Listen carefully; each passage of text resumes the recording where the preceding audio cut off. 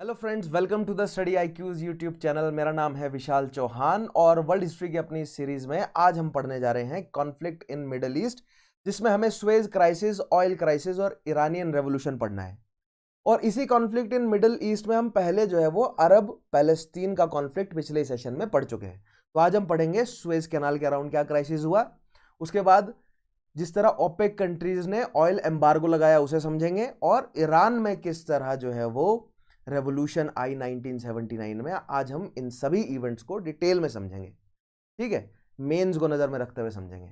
लेकिन आज के टॉपिक पर बढ़ने से पहले अगर आपने पिछले सेशंस नहीं देखे हैं तो make sure you watch all those previous sessions. मैं हर सेशन में बार बार बोलता हूं कि पिछले सेशन देख लीजिए, क्योंकि अगर आप पिछले सेशंस नहीं देखेंगे ना, और अगर आप डायरेक्टली आज मेरा सेशन देख रहे हैं तो आप थॉरली कनेक्ट नहीं कर पाएंगे, क्योंकि एक पूरी सीरीज है, राइट। और मैं हर सेशन को एक दूसरे सेशन के साथ जोड़ता हुआ चलता हूं, ठीक है। So make sure you watch all those previous session. Study IQ के चैनल पर जाएंगे, आपको वहां पर मेरे पिछले सेशंस जो हैं वो मिल जाएंगे, एक प्लेलिस्ट में होंगे।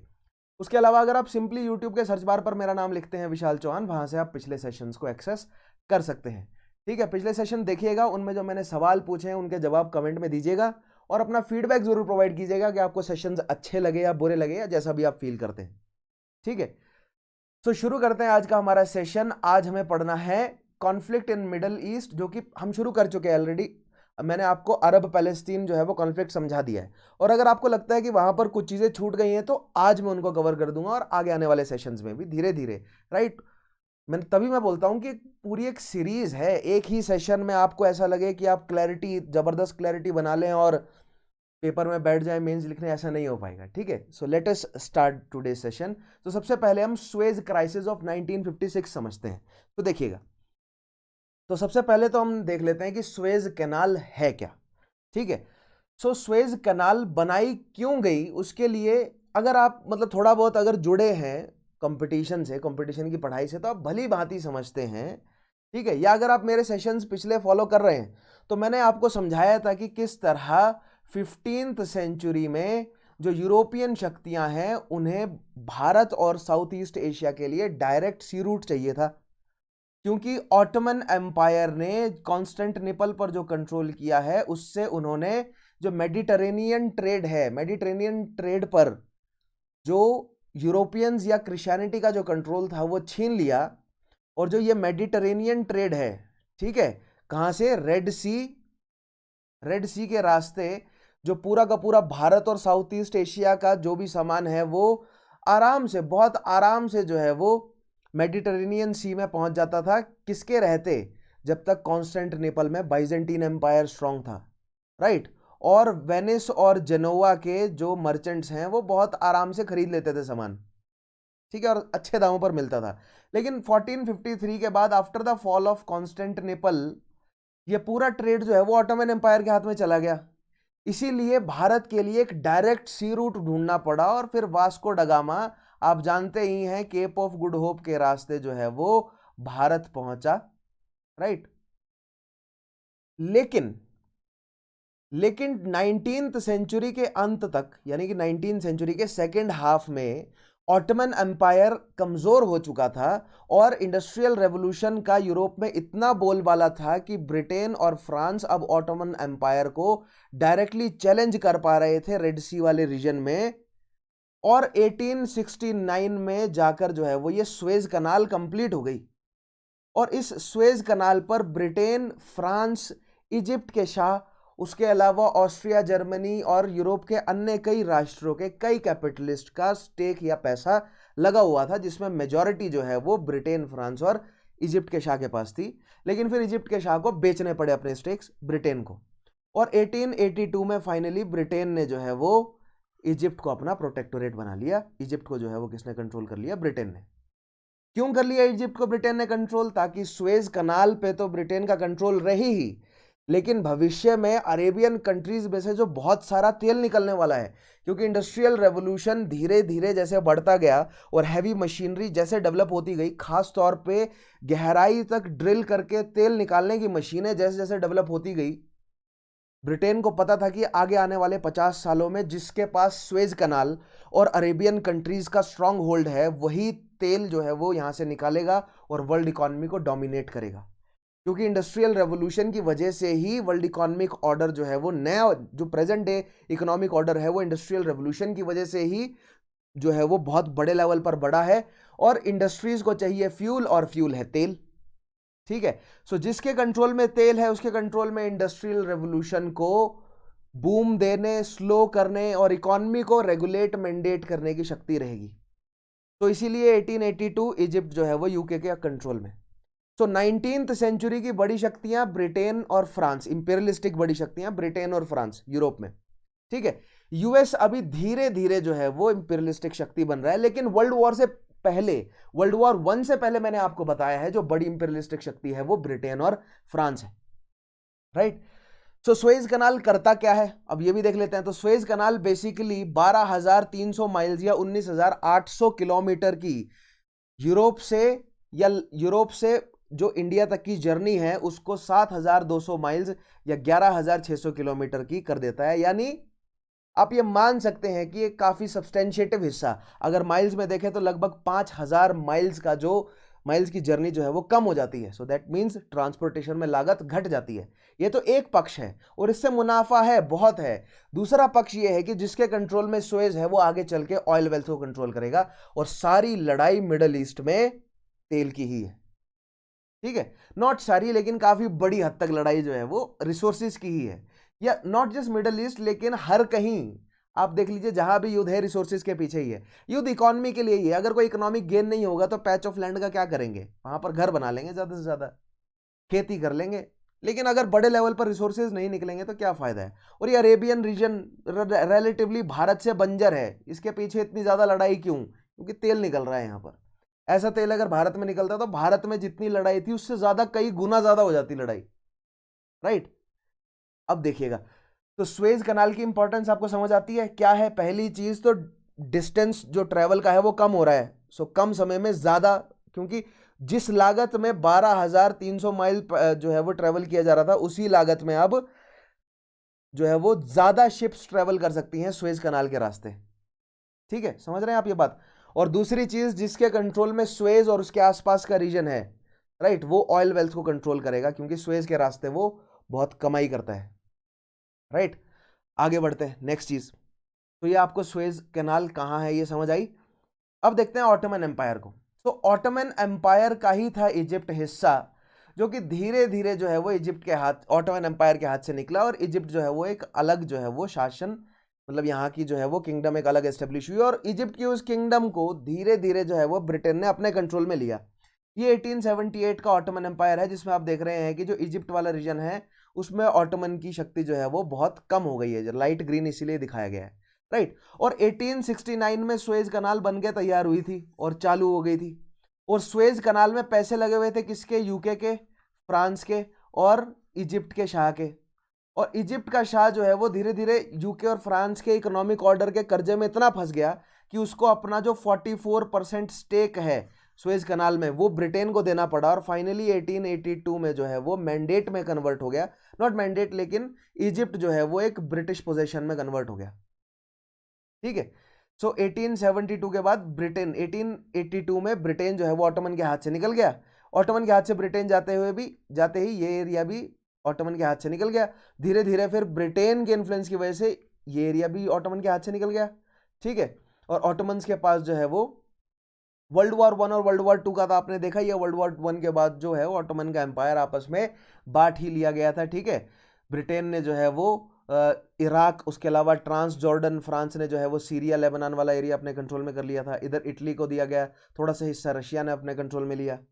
राइट। सो ऑटोमन एम्पायर तो बटा ही इसके बाद, वर्ल्ड वॉर 1 के बाद, तो वो तो हमने अच्छे से समझा ही है। ये मैंने आपको ये दिखाने के लिए कि ऑटोमन एम्पायर का होल्ड था और वो ब्रिटेन ने अपने हाथ में लिया। ठीक है। सो ये रेड सी है, अगर आपको नहीं पता है तो दिस इज रेड सी, और ये है आपका मेडिटेरेनियन सी। और ये ट्रेड, सारा झगड़ा इसी ट्रेड रूट का है। ठीक है। पूरे थ्रू आउट मिडिवल हिस्ट्री में क्रिश्चियनिटी और इस्लाम की जो पूरी लड़ाई है ये इसी ट्रेड रूट की रही है।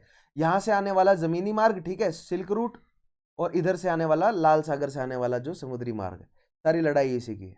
ठीक है। यहाँ पर जेरूसलम, अल अवीफ, और उसके अलावा क्या बोलता है, कॉन्स्टेंटिनोपल, कॉन्स्टेंटिनोपल, ये जो इंपॉर्टेंट शहर हैं, ये इनकी इंपॉर्टेंस ही यही है कि ये ट्रेड रूट को कंट्रोल करते हैं। ठीक है। आगे बढ़ते हैं। नाउ अब ये थोड़ा सा जूम इन करके अगर हम स्वेज कनाल को देखें, जहां पर एग्जैक्ट स्वेज कनाल है, तो स्वेज कनाल खोद कर बनाई गई, एक्चुअली भूमि थी ये इस साइड जो है वो अफ्रीकन कॉन्टिनेंट है और ये जो है वो एशियन कॉन्टिनेंट है, और अफ्रीका और एशिया को कनेक्ट करने वाला जो ये इतना सा एरिया है, ठीक है, ये लगभग 10 किलोमीटर की लंबाई का है। इसको जो है वो खोद के क्या बना दी गई यहाँ पर कनाल, और उस पर ब्रिज बना दिया गया। देखिए स्वेज कनाल ब्रिज, एल फरदान ब्रिज, ठीक है, और बीच में लेक्स हैं यहाँ पर, ग्रेट बिटर लेक, और ये ग्रेट बिटर लेक का ही हिस्सा है, स्मॉल बिटर लेक थोड़ा सा दूर हो गए सूखने की वजह से, और यहाँ पर लेक आपको तिस्मा नजर आ रही है। लेकिन जो इंपॉर्टेंट चीज़ है वो ये आपको पोर्ट्स याद रखने हैं, ठीक है। सो मेडिटरेनियन सी के साइड पोर्ट है, पोर्ट सैयद और पोर्ट फाउद, और दूसरी साइड जो लाल सागर है या गल्फ ऑफ स्वेज है वहां पर पोर्ट स्वेज है, ध्यान रखना है आपको। और इस पोर्ट स्वेज के नाम पर जो है वो आपकी स्वेज कनाल है, और पोर्ट स्वेज किस साइड है आपको ध्यान रखना है, Mediterranean, sorry not Mediterranean but Red Sea की साइड, ठीक है, मेडिटरेनियन के साइड है आपका पोर्ट सैयद, ठीक है। आगे बढ़ते हैं। तो अब देखते हैं स्वेज जो है वो क्राइसिस एक्चुअली में है क्या। बैकग्राउंड धीरे धीरे बैकग्राउंड भी आपको पूरा कवर करके दूंगा, टेंशन मत लीजिए। Now, on July 26, 1956, Egyptian President Gamal Abdel Nasser announced the nationalization of Suez Canal Company, the joint British-French enterprise which had owned and operated Suez Canal since its construction in 1869। देखिए पूरी कहानी समझाता हूं है क्या। 1869 में सुएज कनाल बनकर तैयार हुई, ठीक है, और जो शाह थे इजिप्ट के वो इतने बैंकरप्ट हो गए या उधार में इतना फंस गए कि उनको जो है वो अपने जो स्टेक्स हैं वो ब्रिटेन को बेचने पड़े। 1882 में ब्रिटेन की प्रोटेक्टोरेट बन गया इजिप्ट, यानी ब्रिटेन की कॉलोनी बन गया इजिप्ट, और ब्रिटेन की उस कॉलोनी से फाइनली जो है वो 1852 में जाकर आज़ाद हुआ इजिप्ट, और इजिप्ट के प्रेसिडेंट बने 1852 के बाद गमाल अब्देल नासिर, ठीक है। और गमाल अब्देल नासिर अब इजिप्ट को जो है वो मॉडर्नाइज करना चाहते थे। सो 1852 आपका वर्ल्ड वॉर 2 के बाद है, ठीक है। सो वर्ल्ड वॉर 2 के बाद या वर्ल्ड वॉर 2 से पहले बड़ी शक्तियां कौन कौन सी हैं, या इससे पहले वर्ल्ड वॉर 1 से पहले की बड़ी शक्तियां देखते हैं। ब्रिटेन है, फ्रांस है, यूएस है, जर्मनी ने उभरने की कोशिश करी गई फर्स्ट और सेकंड वर्ल्ड वॉर में, उसको पीट कर शांत किया गया, ठीक है। रशिया है जो कि बाद में यूएसएसआर बदला वर्ल्ड वॉर 1 के बाद, ठीक है। सो वर्ल्ड वॉर 1 के बाद ब्रिटेन और फ्रांस की शक्ति कम हुई, लीग ऑफ नेशंस बना, लेकिन लीग ऑफ नेशंस के रास्ते उन्होंने फिर भी अपना इन्फ्लुएंस बनाए रखा क्योंकि लीग ऑफ नेशंस में यूएस नहीं जुड़ा, ठीक है। लेकिन वर्ल्ड वॉर 2 के बाद ब्रिटेन और फ्रांस की इकोनॉमी चरमरा गई, बिल्कुल चरमरा गई, और यूएस के उधार के दम पर वो चल रहे थे। और यूनाइटेड नेशंस जो बनी है वर्ल्ड वॉर 2 के बाद, उसमें यूएस, यूके, फ्रांस, यूएसएसआर और चाइना सबके पास वीटो है, ठीक है।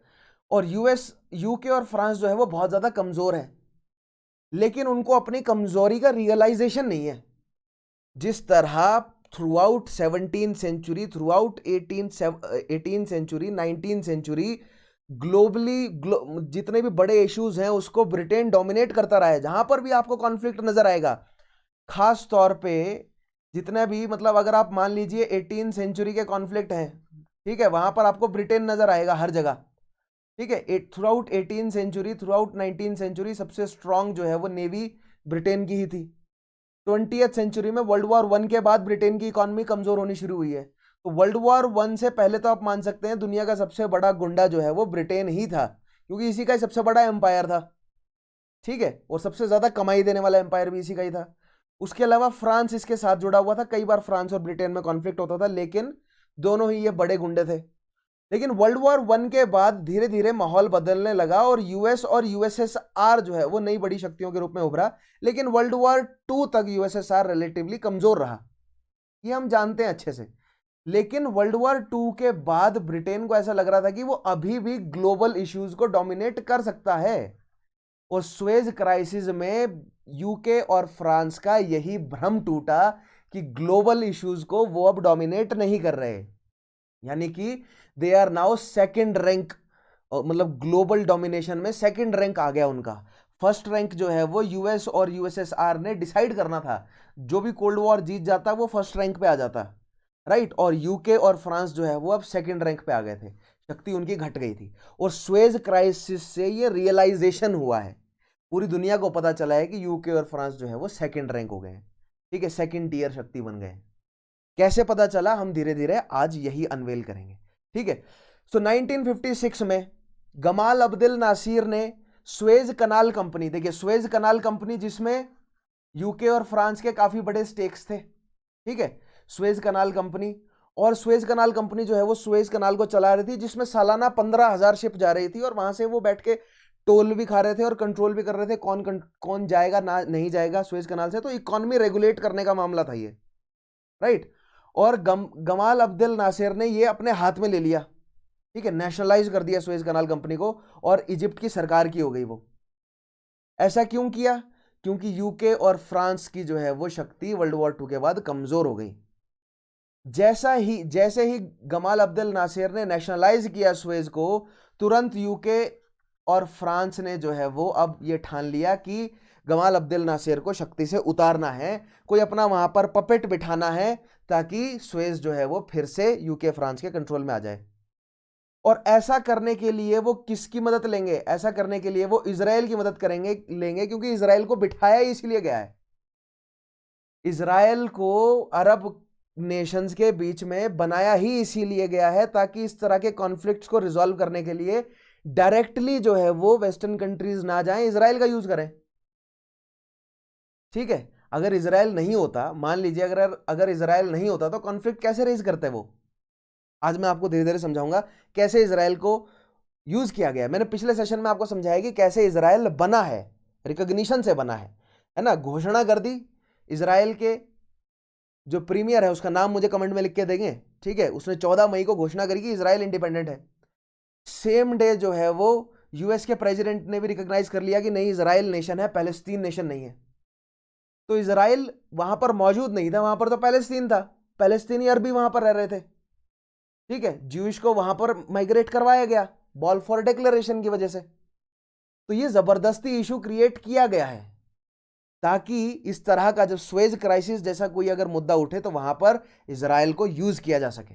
धीरे धीरे हम समझेंगे आज, यही पूरा कॉन्सेप्ट हमें क्रिएट करना है, ठीक है। सो पहला पॉइंट हमें समझ आ गया, नेशनलाइज किया 26 जुलाई 1956 को, बहुत इंपॉर्टेंट डेट है, याद रखिएगा। गमाल अब्देल नासिर कौन है? गमाल अब्देल नासिर प्रेसिडेंट हैं इजिप्ट के। उन्होंने जो स्वेज कनाल कंपनी, जो कि यूके और फ्रांस की जिसमें स्टेक्स थे बहुत ज्यादा, उसको नेशनलाइज कर दिया, उसको एक सरकारी कंपनी बना दिया इजिप्ट की, राइट, जो कि एक जॉइंट ब्रिटिश फ्रेंच एंटरप्राइज था। नेक्स्ट चीज देखिएगा, Nasser's announcement came about following months of mounting political tensions between Egypt, Britain और फ्रांस, ठीक है। अब देखिए नासिर ने ऐसा क्यों किया? क्योंकि उससे पहले जो है वो बहुत पॉलिटिकल टेंशंस चल रही थी, और बाद में तो बढ़ी ही, ठीक है। पॉलिटिकल टेंशंस क्या चल रही थी कि नासिर चाहता था कि मैं जो है वो मॉडर्नाइज करूं। नासिर एक बड़ा डैम बनाना चाहते थे एक्चुअली, ठीक है। नासिर एक बहुत बड़ा डैम बनाना चाहते थे, और उस डैम के माध्यम से वो मॉडर्नाइजेशन शुरू करना चाहते थे इजिप्ट का, है ना, क्योंकि इजिप्ट में पानी की कमी थी, और डैम अगर बन जाता नाइल पर तो पानी, इरिगेशन वगैरह बढ़ता और मॉडर्नाइजेशन इवेंचुअल होता, ठीक है। क्योंकि जिन जिन शहरों में पानी पहुंचता वो नए शहर एस्टेब्लिश हो सकते थे, नई इंडस्ट्रीज बन सकती थी, तो उस डैम के माध्यम से इंडस्ट्रियलाइजेशन करना चाहते थे वो। अब उस डैम की फंडिंग जो है वो कौन देगा? उस डैम की फंडिंग ब्रिटेन या फ्रांस देंगे, उस डैम की फंडिंग यूएस देंगे, या उस डैम की फंडिंग यूएसएसआर या सोवियत नेशंस या कम्युनिस्ट राष्ट्र देंगे? क्योंकि अब्दुल नासिर ने इजिप्ट या इनके जो मिलिट्री ऑर्गेनाइजेशन था, इनकी जो फ्रीडम आर्मी थी, राइट, इन्होंने इजिप्ट को आज़ाद करवाया। लेकिन उसके बाद इजिप्ट किस तरह का राष्ट्र है, क्या पॉलिटिकल आइडियोलॉजी लेकर जो है वहां पर गवर्नमेंट बनेगी? क्या डिक्टेटरशिप ही रहेगी? क्या वो एक सोशलिस्ट राष्ट्र बनेगा, कम्युनिस्ट राष्ट्र बनेगा, या एक कैपिटलिस्ट आइडियोलॉजी वाला राष्ट्र बनेगा? किस तरह की इकॉनमी वहां पर डेवलप होगी? क्योंकि कोल्ड वॉर के दौरान तो यही झगड़ा था ना, कि जो क्योंकि थर्ड वर्ल्ड कंट्री है इजिप्ट, क्योंकि डीकोलोनाइज हुआ है, तो जो डीकोलोनाइज्ड राष्ट्र हैं वो कैपिटलिस्ट ब्लॉक में जुड़ेंगे या कम्युनिस्ट ब्लॉक में जुड़ेंगे। तो यूएस अपनी तरफ से मदद करने की कोशिश कर रहा था, क्योंकि वर्ल्ड वॉर 2 के बाद यूएस ये समझता था कि ग्लोबल सुपर पावर वो है, और वर्ल्ड वॉर 2 के बाद यूके और फ्रांस को अभी ये लग रहा था कि नहीं, ग्लोबल सुपर पावर हम ही हैं अभी भी, और खास तौर पे यूके को लग रहा था, क्योंकि फ्रांस का तो यूके यूज करता है, ठीक है, तो यूके को, फ्रांस को मिटा देता है, यूके को भी ये लग रहा था कि ग्लोबल सुपर पावर वो है। तो इसका ये वहम था, क्योंकि ग्लोबल सुपर पावर तो यूएस और यूएसएसआर में से कोई एक शक्ति बनने जा रही थी, और इनके बीच में कोल्ड वॉर चल रहा था। और ये पहला जो है वो बड़ा कॉन्फ्लिक्ट कोल्ड वॉर का आप बोल सकते हैं, सुएज क्राइसिस को। ठीक है, आइए देखते हैं, आगे बढ़ेंगे। नाउ नेक्स्ट आ गया पॉइंट, देखिएगा, although Nasser offered full economic compensation. ठीक है, नसीर ने क्या कहा कि आपकी कंपनी जो हम नेशनलाइज कर रहे हैं ना, ठीक है, हम ब्रिटेन और फ्रांस के जो भी स्टेक्स हैं ना, आपको पूरा पूरा पैसा देंगे, टेंशन मत लीजिए। For the company, the British and French governments, long suspicious of Nasir's opposition to the continuation of their political influence in the region were outraged by nationalization। देखिए सिंपल सी बात है, नासिर ने क्या कहा, नासिर ने कहा कि मैं स्वेज कनाल कंपनी को नेशनलाइज कर रहा हूं, यानी सरकारी इजिप्ट कंपनी बना रहा हूं, और फ्रांस और ब्रिटिश गवर्नमेंट या वहां के जितने भी जो भी कैपिटलिस्ट है उनका जितना भी पैसा लगा है वो सब चुका देंगे हम। ठीक है, वो सारा आपका पैसा हम चुका देंगे। और वो पैसा कहां से चुकाएंगे, वो कहां से आई है कॉन्फिडेंस, क्योंकि यूएसए ने कहा कि डैम हम बनाएंगे तुम्हारा।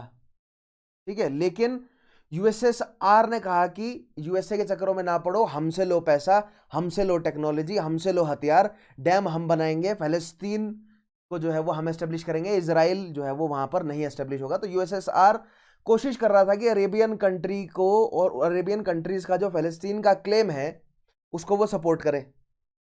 तो धीरे धीरे जो है वो अब्दुल नासिर और इजिप्ट जो है वो सोशलिज्म की तरफ झुकता जा रहा था, इसलिए यूएस ने जो डैम को फंडिंग वाला जो पूरा प्रोजेक्ट है वो पीछे हटा लिया। ठीक है, सो डैम यूएसएसआर बना देगा, उस डैम से जो भी इकोनॉमिक जो है वो पैसा बनेगा उससे जो है वो यूके और फ्रांस का पैसा चुका देंगे, वो इस कॉन्फिडेंस में आकर उसने नेशनलाइज कर दिया।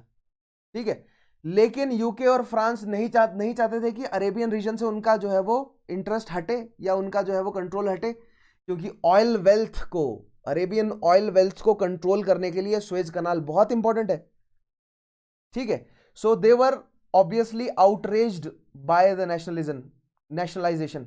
ठीक है, the Egyptian leader in turn resented what he saw as European efforts to perpetuate their colonial domination. ठीक है, वर्ल्ड वॉर 2 के बाद इजिप्शियन लीडर, धीरे धीरे डिकॉलोनाइजेशन हो रहा था ना, क्योंकि 47 में भारत और पाकिस्तान जो है वो डिकॉलोनाइज हुआ, 48 में बर्मा डिकॉलोनाइज हुआ। सो ब्रिटेन की तो शक्ति घटती जा रही थी, 52 में जो है वो इजिप्ट डिकॉलोनाइज हो गया, ब्रिटेन की तो एक एक करके कॉलोनीज कम होती जा रही थी। तो यहां पर जो अब्दुल नासिर है वो बहुत मतलब, और उसको जो है वो साफ साफ यूएसएसआर का सपोर्ट था, तो इस कॉन्फिडेंस में था कि यूके कुछ नहीं कर सकता उसका। ठीक है, आगे बढ़ते हैं। अब ऐसे में आइजनहावर का एडमिनिस्ट्रेशन है यूएस में। ठीक है, द आइजनहावर एडमिनिस्ट्रेशन, आइजनहावर क्या है, प्रेसिडेंट है यूएस के। ठीक है, Eisenhower administration worried by the prospect of outbreak of hostilities between NATO allies and an emergent influential Middle Eastern power and the possible intervention of Soviet Union in such a conflict, attempted to broker a diplomatic settlement of the British French Egyptian dispute। अब देखिए US का क्या stance है। अब US जो है वो global super power होने की जो अपनी अभी तक अथॉरिटी उसकी सिद्ध नहीं हुई है, पहली बार एक्सरसाइज करेगा। ठीक है, सो यूएस नहीं चाहता कि जो नेटो राष्ट्र हैं ये आपस में झगड़े। ठीक है, जिसमें यूके और फ्रांस जो है वो इजिप्ट से लड़े, क्योंकि यूके और फ्रांस अगर इजिप्ट से लड़ते हैं तो इजिप्ट ऑब्वियसली किसका साथ लेगा, यूएसएसआर का। और अगर इजिप्ट यूएसएसआर का साथ लेता है तो सारी की सारी अरेबियन कंट्रीज को साथ किसका मिल जाएगा, यूएसएसआर का। और यूएस जो है वो इजिप्ट का साथ खुले तौर पे नहीं दे सकता, क्योंकि 1948 में जो लड़ाई हुई है इजिप्ट और इजराइल की, ठीक है, उसमें लड़ाई हुई है इजिप्ट और इजराइल की 1948 में। ठीक है, और यूएस ने ही तो जो इजराइल को रिकॉग्निशन प्रोवाइड करी थी, तो दैट मींस यूएस की इजराइल से जो है वो दोस्ती है। यूएस जो है वो इजिप्ट से भी अपनी दोस्ती खराब नहीं करना चाहता, क्योंकि अगर यूएस इजिप्ट से जो है वो एंटी हो गया तो इजिप्ट जो है वो यूएसएसआर से हाथ मिला लेगा, और अगर यूएसएसआर से इजिप्ट ने हाथ मिला लिए तो इन टर्न सारे के सारे अरेबियन कंट्रीज जो है वो यूएसएसआर के पास चले जाएंगे और ऑयल वेल्थ जो है वो यूएसएसआर के पास मुड़ जाएगा, और जो ये कोल्ड वॉर है, जो पूरी ग्लोबल इकोनॉमिक सिस्टम को डोमिनेट करने की जो होड़ है वर्ल्ड वॉर 2 के बाद, वो कम्युनिस्ट ब्लॉक जीत जाएगा। समझ रहे हैं आप यूएस के ऊपर कितना प्रेशर है इस समय। नाउ ऑन September 9, अब देखिए यूएस सेक्रेटरी ने क्या कहा। US secretary of state John Foster Dulles, याद रखेंगे इनका नाम, John Foster Dulles, proposed the creation of Suez Canal Users Association, an international consortium of 18 of the world's leading maritime nations to operate the canal। अब देखिए यहां पर जो secretary of the state का ऑफिस है, जॉन फॉस्टर का जो office है, वहां से क्या प्रपोजल आया कि SCUA बनाते हैं हम, ठीक है, यानी कि स्वेज कनाल यूजर एसोसिएशन। जो बड़े बड़े राष्ट्र स्वेज कनाल को यूज कर रहे हैं, कौन कौन से, ब्रिटेन है, फ्रांस है यूरोप में, ठीक है, इटली, उसके अलावा जर्मनी कुछ हद तक यूज कर रहा है, जितना जर्मनी को करने दिया जा रहा है, वेस्ट जर्मनी को, ठीक है, जो स्कैंडिनेवियन कंट्रीज हैं, डेनमार्क, बेल्जियम, लग्जमबर्ग वगैरह और यूएस वगैरह, यानी कि 18 कुल कंट्रीज हैं जो स्वेज कनाल का यूज कर रही हैं। उनकी एक एसोसिएशन बनाते हैं, क्योंकि स्वेज कनाल किसी एक राष्ट्र की नहीं है। समझ रहे हैं आप कितनी स्ट्रॉन्ग स्टेटमेंट है। स्वेज कनाल इजिप्ट का हिस्सा होते हुए भी स्वेज कनाल किसी राष्ट्र का नहीं है, ये कहना चाह रहा है secretary of the state John foster. और इजिप्ट क्या कह रहा है कि स्वेज कनाल इजिप्ट का हिस्सा है, क्योंकि अब्दुल नासेर ने अपने जितने भी भाषण हैं, जो भी उसने भाषण दिया है अपनी इजिप्ट की जनता को, उसमें उसने यही क्लियरली कहा है कि इजिप्ट की जनता ने अपना खून बहाया, अपनी जान दी इस कनाल को बनाने के लिए, क्योंकि हजारों के हिसाब से लोग मरे हैं इस कनाल को बनाने में, और वो लोग मजदूर कहाँ के थे, इजिप्ट के थे। और ये हमारी भूमि है, हमारी धरती है, तो हमारी धरती पर हमारे ही लोगों द्वारा बनाया गया ये कनाल है, तो ये हमारा हुआ और हम डिसाइड करेंगे कौन इसे क्रॉस करेगा कौन नहीं। तो अगर इजिप्ट डिसाइड करता है कौन करेगा क्रॉस या कौन नहीं, तो इजिप्ट तो छोटा खिलाड़ी है। ग्लोबल डोमिनेटिंग शक्तियां कौन है, यूएसएसआर और यूएसए। अगर इजिप्ट जो है वो स्वेज कनाल कौन क्रॉस करेगा और कौन क्रॉस नहीं करेगा ये डिसाइड करने पर आ गया, तो यूएसएसआर या यूएसए का उसे साथ लेना पड़ेगा, क्योंकि ग्लोबल सुपर पावर्स वो हैं। यूएसएसआर इजिप्ट का साथ नहीं दे सकता, क्योंकि यूएसएसआर इजराइल के साथ है, और इजिप्ट और इजराइल की 48 में ही लड़ाई हो चुकी है ना। सो दैट मीन्स इजिप्ट का साथ जो है वो यूएसएसआर देगा, ऐसा जो है वो तय था लगभग, और यूएसएसआर ने साथ दिया भी, क्योंकि चेकोस्लोवाकिया के रास्ते बहुत बड़े लेवल पर मॉडर्न वेपन्स, हथियार, टैंक, गन्स, टेक्नोलॉजीज और एयरक्राफ्ट वगैरह बहुत कुछ जो है वो इंपोर्ट किया इजिप्ट ने, ठीक है, चेकोस्लोवाकिया से। नाउ नेक्स्ट देखिएगा, ऑल्दो SCUA यानी कि Suez canal users association would have given Britain, France and Egypt an equal stake in the canal, this and various other US and international mediation efforts failed to win the full support of any of the contending powers। ये SCUA कभी बनी नहीं सकी, fail हो गई, जबकि इन्होंने promise किया था कि ब्रिटेन, फ्रांस और इजिप्ट को जो है वो बराबर का हिस्सा देंगे, क्योंकि US was not in a position of letting Egypt go in USSR's hand, right? USSR के हाथ में अगर अरेबियन कंट्रीज चली गई तो यूएस हार गया, तेल चला गया सारा उनके हाथ से, ठीक है। तो जो हो सके वो कोशिश करने को तैयार था, लेकिन जो इजराइल ब्रिटेन ने बिठाया हुआ है वो इसीलिए बिठाया हुआ है ताकि यूएस जो है वो कॉन्फ्लिक्ट में रहे। समझ रहे हैं कितना डीप गेम खेला हुआ यूके ने यहाँ पर, ठीक है। Now in discussions with the United states between August and October, the British government repeatedly hinted that it might resort to force in dealing with Nasser। देखिए अब यूएस जो है वो बार बार यूके को कह रहा है कि लड़ना नहीं है, इजिप्ट से लड़ना नहीं है, अगर इजिप्ट से लड़े तो इजिप्ट सोवियत यूनियन से हाथ मिला लेगा, अगर उसने वहां हाथ मिला लिया तो फिर नहीं मिलेगा किसी को तेल, फिर आप खरीदते रहना फिर से मुसलमानों से महंगे दाम पर तेल, फिर वही बात हो जाएगी जो 1453 में हुई थी, ठीक है। लेकिन ब्रिटेन ने कहा कि नहीं, हम तो लड़के लेंगे, हमारी प्रीवियस ग्लोरी यार, हम इतने बड़े कॉलोनिस्ट और इजिप्ट हमारी कॉलोनी, और हमारी कॉलोनी हमें आंखें दिखा रही है और हमें झुकना पड़ रहा है उसके आगे, तो ये तो यूके की प्राइड के खिलाफ था, ठीक है। तो ब्रिटेन ने यहां पर कोशिश करी कि ब्रिटेन ने यहां पर एक हिंट दिया कि हम मिलिट्री शक्ति का इस्तेमाल करके स्वेज कनाल को अपने कंट्रोल में ले लेंगे।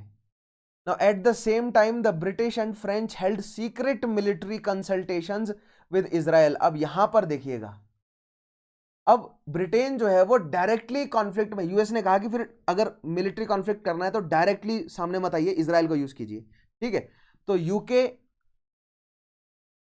यूके फ्रांस और इजराइल ने एक सीक्रेट मीटिंग करी। इस सीक्रेट मीटिंग में यह डिसाइड किया गया कि इजराइल जो है वो सिनाई का, ठीक है, साइनाई का जो पेनिनसुला है वहां पर अटैक करेगा, और साइनाई पेनिनसुला के पर अटैक करके सुएज कनाल और तिरान की जो स्ट्रेट है, इन दोनों एरिया को अपने कंट्रोल में ले लेगा। कौन? इजराइल। और इजराइल जब ऐसा करेगा तो सामने से इजिप्ट उससे लड़ने आ जाएगा ऑब्वियसली, और इजराइल और इजिप्ट का जब कॉन्फ्लिक्ट पीक पर होगा तो उस कॉन्फ्लिक्ट को रिजॉल्व करने के लिए यूके और फ्रांस आएंगे, ठीक है। और रिजॉल्व करने के लिए जब वो आएंगे तो वो दोनों को धमकाएंगे कि अपनी अपनी सेनाएं पीछे कर लो। तो इजराइल अपनी सेना पीछे कर लेगी, ठीक है, इजिप्ट करे ना करे, दोनों के लिए उन्होंने केसेस तैयार रखे। अगर इजिप्ट सेना पीछे नहीं करती है तो यूके और फ्रांस फोर्सफुली सुएज को अपने कंट्रोल में कर लेंगे, ये बहाना लगाकर कि सुएज जो है वो केवल इन दो देशों का नहीं है, सुएज जो है वो यूरोपियन सभी शक्तियों की मदद कर रहा है इकोनॉमी डेवलप करने में, ठीक है। तो उन सभी शक्तियों की इकोनॉमी को प्रोटेक्ट करने का जिम्मा अपने हाथ में उठाकर सुएज को जो है वो अपने कंट्रोल में कर लेंगे।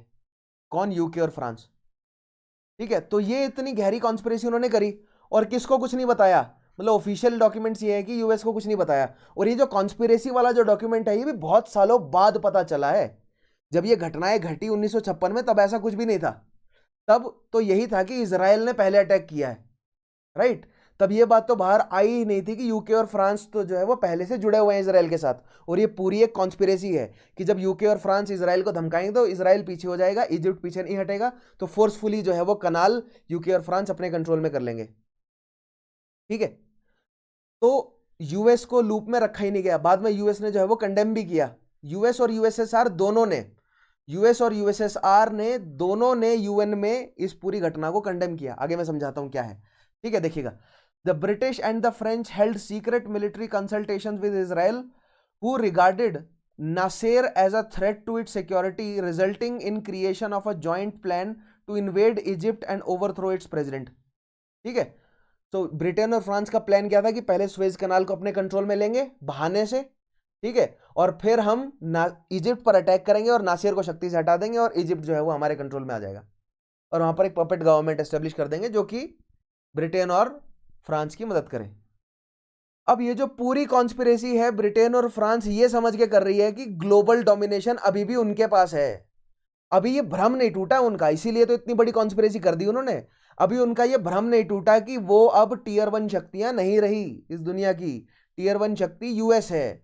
और यूएस का इंटरेस्ट क्या है? यूएस का इंटरेस्ट ये है कि इजराइल और इजिप्ट आपस में ना लड़ें, क्योंकि अगर इजराइल और इजिप्ट आपस में लड़ते हैं तो इजिप्ट का साथ तो यूएस दे नहीं सकेगा, क्योंकि यूएस इजराइल का साथ ऑलरेडी दे चुका है, और इजिप्ट का साथ जो है वो यूएसएसआर दे देगा फिर, ठीक है। और यूएस यही नहीं चाहता, क्योंकि अगर इजिप्ट का साथ यूएसएसआर ने दिया तो अन्य सभी अरब कंट्रीज या ऑयल प्रोड्यूसिंग कंट्री यूएसएसआर के साथ जुड़ जाएंगी और कोल्ड वॉर जो है वो यूएस हार जाएगा। तो टीयर 1 शक्तियां इस समय यूएस और यूएसएसआर हैं, और यूके और फ्रांस का भ्रम टूटने जा रहा है। आइए देखिए कैसे टूटा। Now in keeping with these plans, Israeli forces attacked across Egypt Sinai peninsula on October 29, 1956। Israel ने अटैक कर दिया, ठीक है, सिनाई पेनिनसुला पर। कब किया? अक्टूबर 29, 1956। याद रखेंगे, advancing to within 10 miles of Suez canal. Suez canal के बाद इजिप्ट की टेरिटरी, वैसे सिनाई पेनिनसुला भी इजिप्ट की टेरिटरी ही है, लेकिन स्विज कैनाल के बाद भी, ठीक है, देखिए मैप में मैंने आपको बताया ना, ठीक है, ये आपका सिनाई पेनिनसुला है, राइट, और इधर जो है वो आपका ऊपर इजराइल है। तो सिनाई पेनिनसुला इजिप्ट का है और यहाँ पर स्वेज कैनाल है मान लीजिए। तो स्वेज कैनाल के बाद 10 किलोमीटर अंदर तक जो है वो, 10 माइल अंदर तक जो है वो एंटर कर गया, यानी इजिप्ट की भूमि में, स्वेज कैनाल को पार करके। तो दैट मीन्स क्लियरली जो है ये इन्वेजन था इजिप्ट का, right. Under the pretext of protecting the canal from two belligerents, Egypt and Israel, Britain and France landed troops on their own off their own a few days later, ठीक है। सो Suez कनाल को दोनों शक्तियों से बचाने के लिए, क्योंकि यही तो प्लान था ना, दुनिया को तो नहीं पता था ना कि अभी तक ये प्लान की यूके और फ्रांस जुड़े हुए हैं। दुनिया को तो ये दिखा कि इजराइल ने स्वेज कनाल को अपने कंट्रोल में ले लिया और इजिप्ट पर अटैक कर दिया, ठीक है, और दुनिया को यह दिखा कि स्वेज कनाल को बचाने के लिए यूके और फ्रांस ने अपने सैनिक यहां पर उतार दिए और स्वेज कनाल को प्रोटेक्ट कर लिया। और फिर स्वेज कनाल को बचाने के बहाने वो अटैक कर देंगे इजिप्ट पर और जीत लेंगे इजिप्ट को और नासिर को वहां से हटा देंगे। दिस वाज द प्लान, ठीक है। और ब्रिटेन और फ्रांस ने अपने ट्रूप्स जो हैं वो पैराशूट के माध्यम से लैंड किए, एयर स्ट्राइक्स करे इजिप्ट पर बहुत बड़े लेवल पर उन्होंने, ठीक है। In response the Eisenhower administration, अब यूएस ऐसा बैठे बैठे देख नहीं सकता था, क्यों? क्योंकि जब इजिप्ट पर अटैक हुआ तो इजिप्ट ने हथियार किससे मांगे? चेकोस्लोवाकिया से। और चेकोस्लोवाकिया किसका हिस्सा? सोवियत यूनियन का। और चेकोस्लोवाकिया ने बड़े लेवल पर एयरक्राफ्ट, टैंक्स वगैरह इजिप्ट को प्रोवाइड करना शुरू कर दिया। सो दैट मीन्स इजिप्ट जो है वो अब धीरे धीरे किसके कंट्रोल में जाने लगा? यूएसएसआर के। सो दैट मीन्स यूएस को अब इंटरवीन करना पड़ा। यूएस ने कैसे इंटरवीन किया देखिए। In response, the Eisenhower administration, concerned about the possibility that Soviets would intervene to assist Nasser, in fact, they actually intervened, जो कि डर था और वो सिद्ध भी हुआ। Threatened all three nations with economic sanctions if they continued their attack.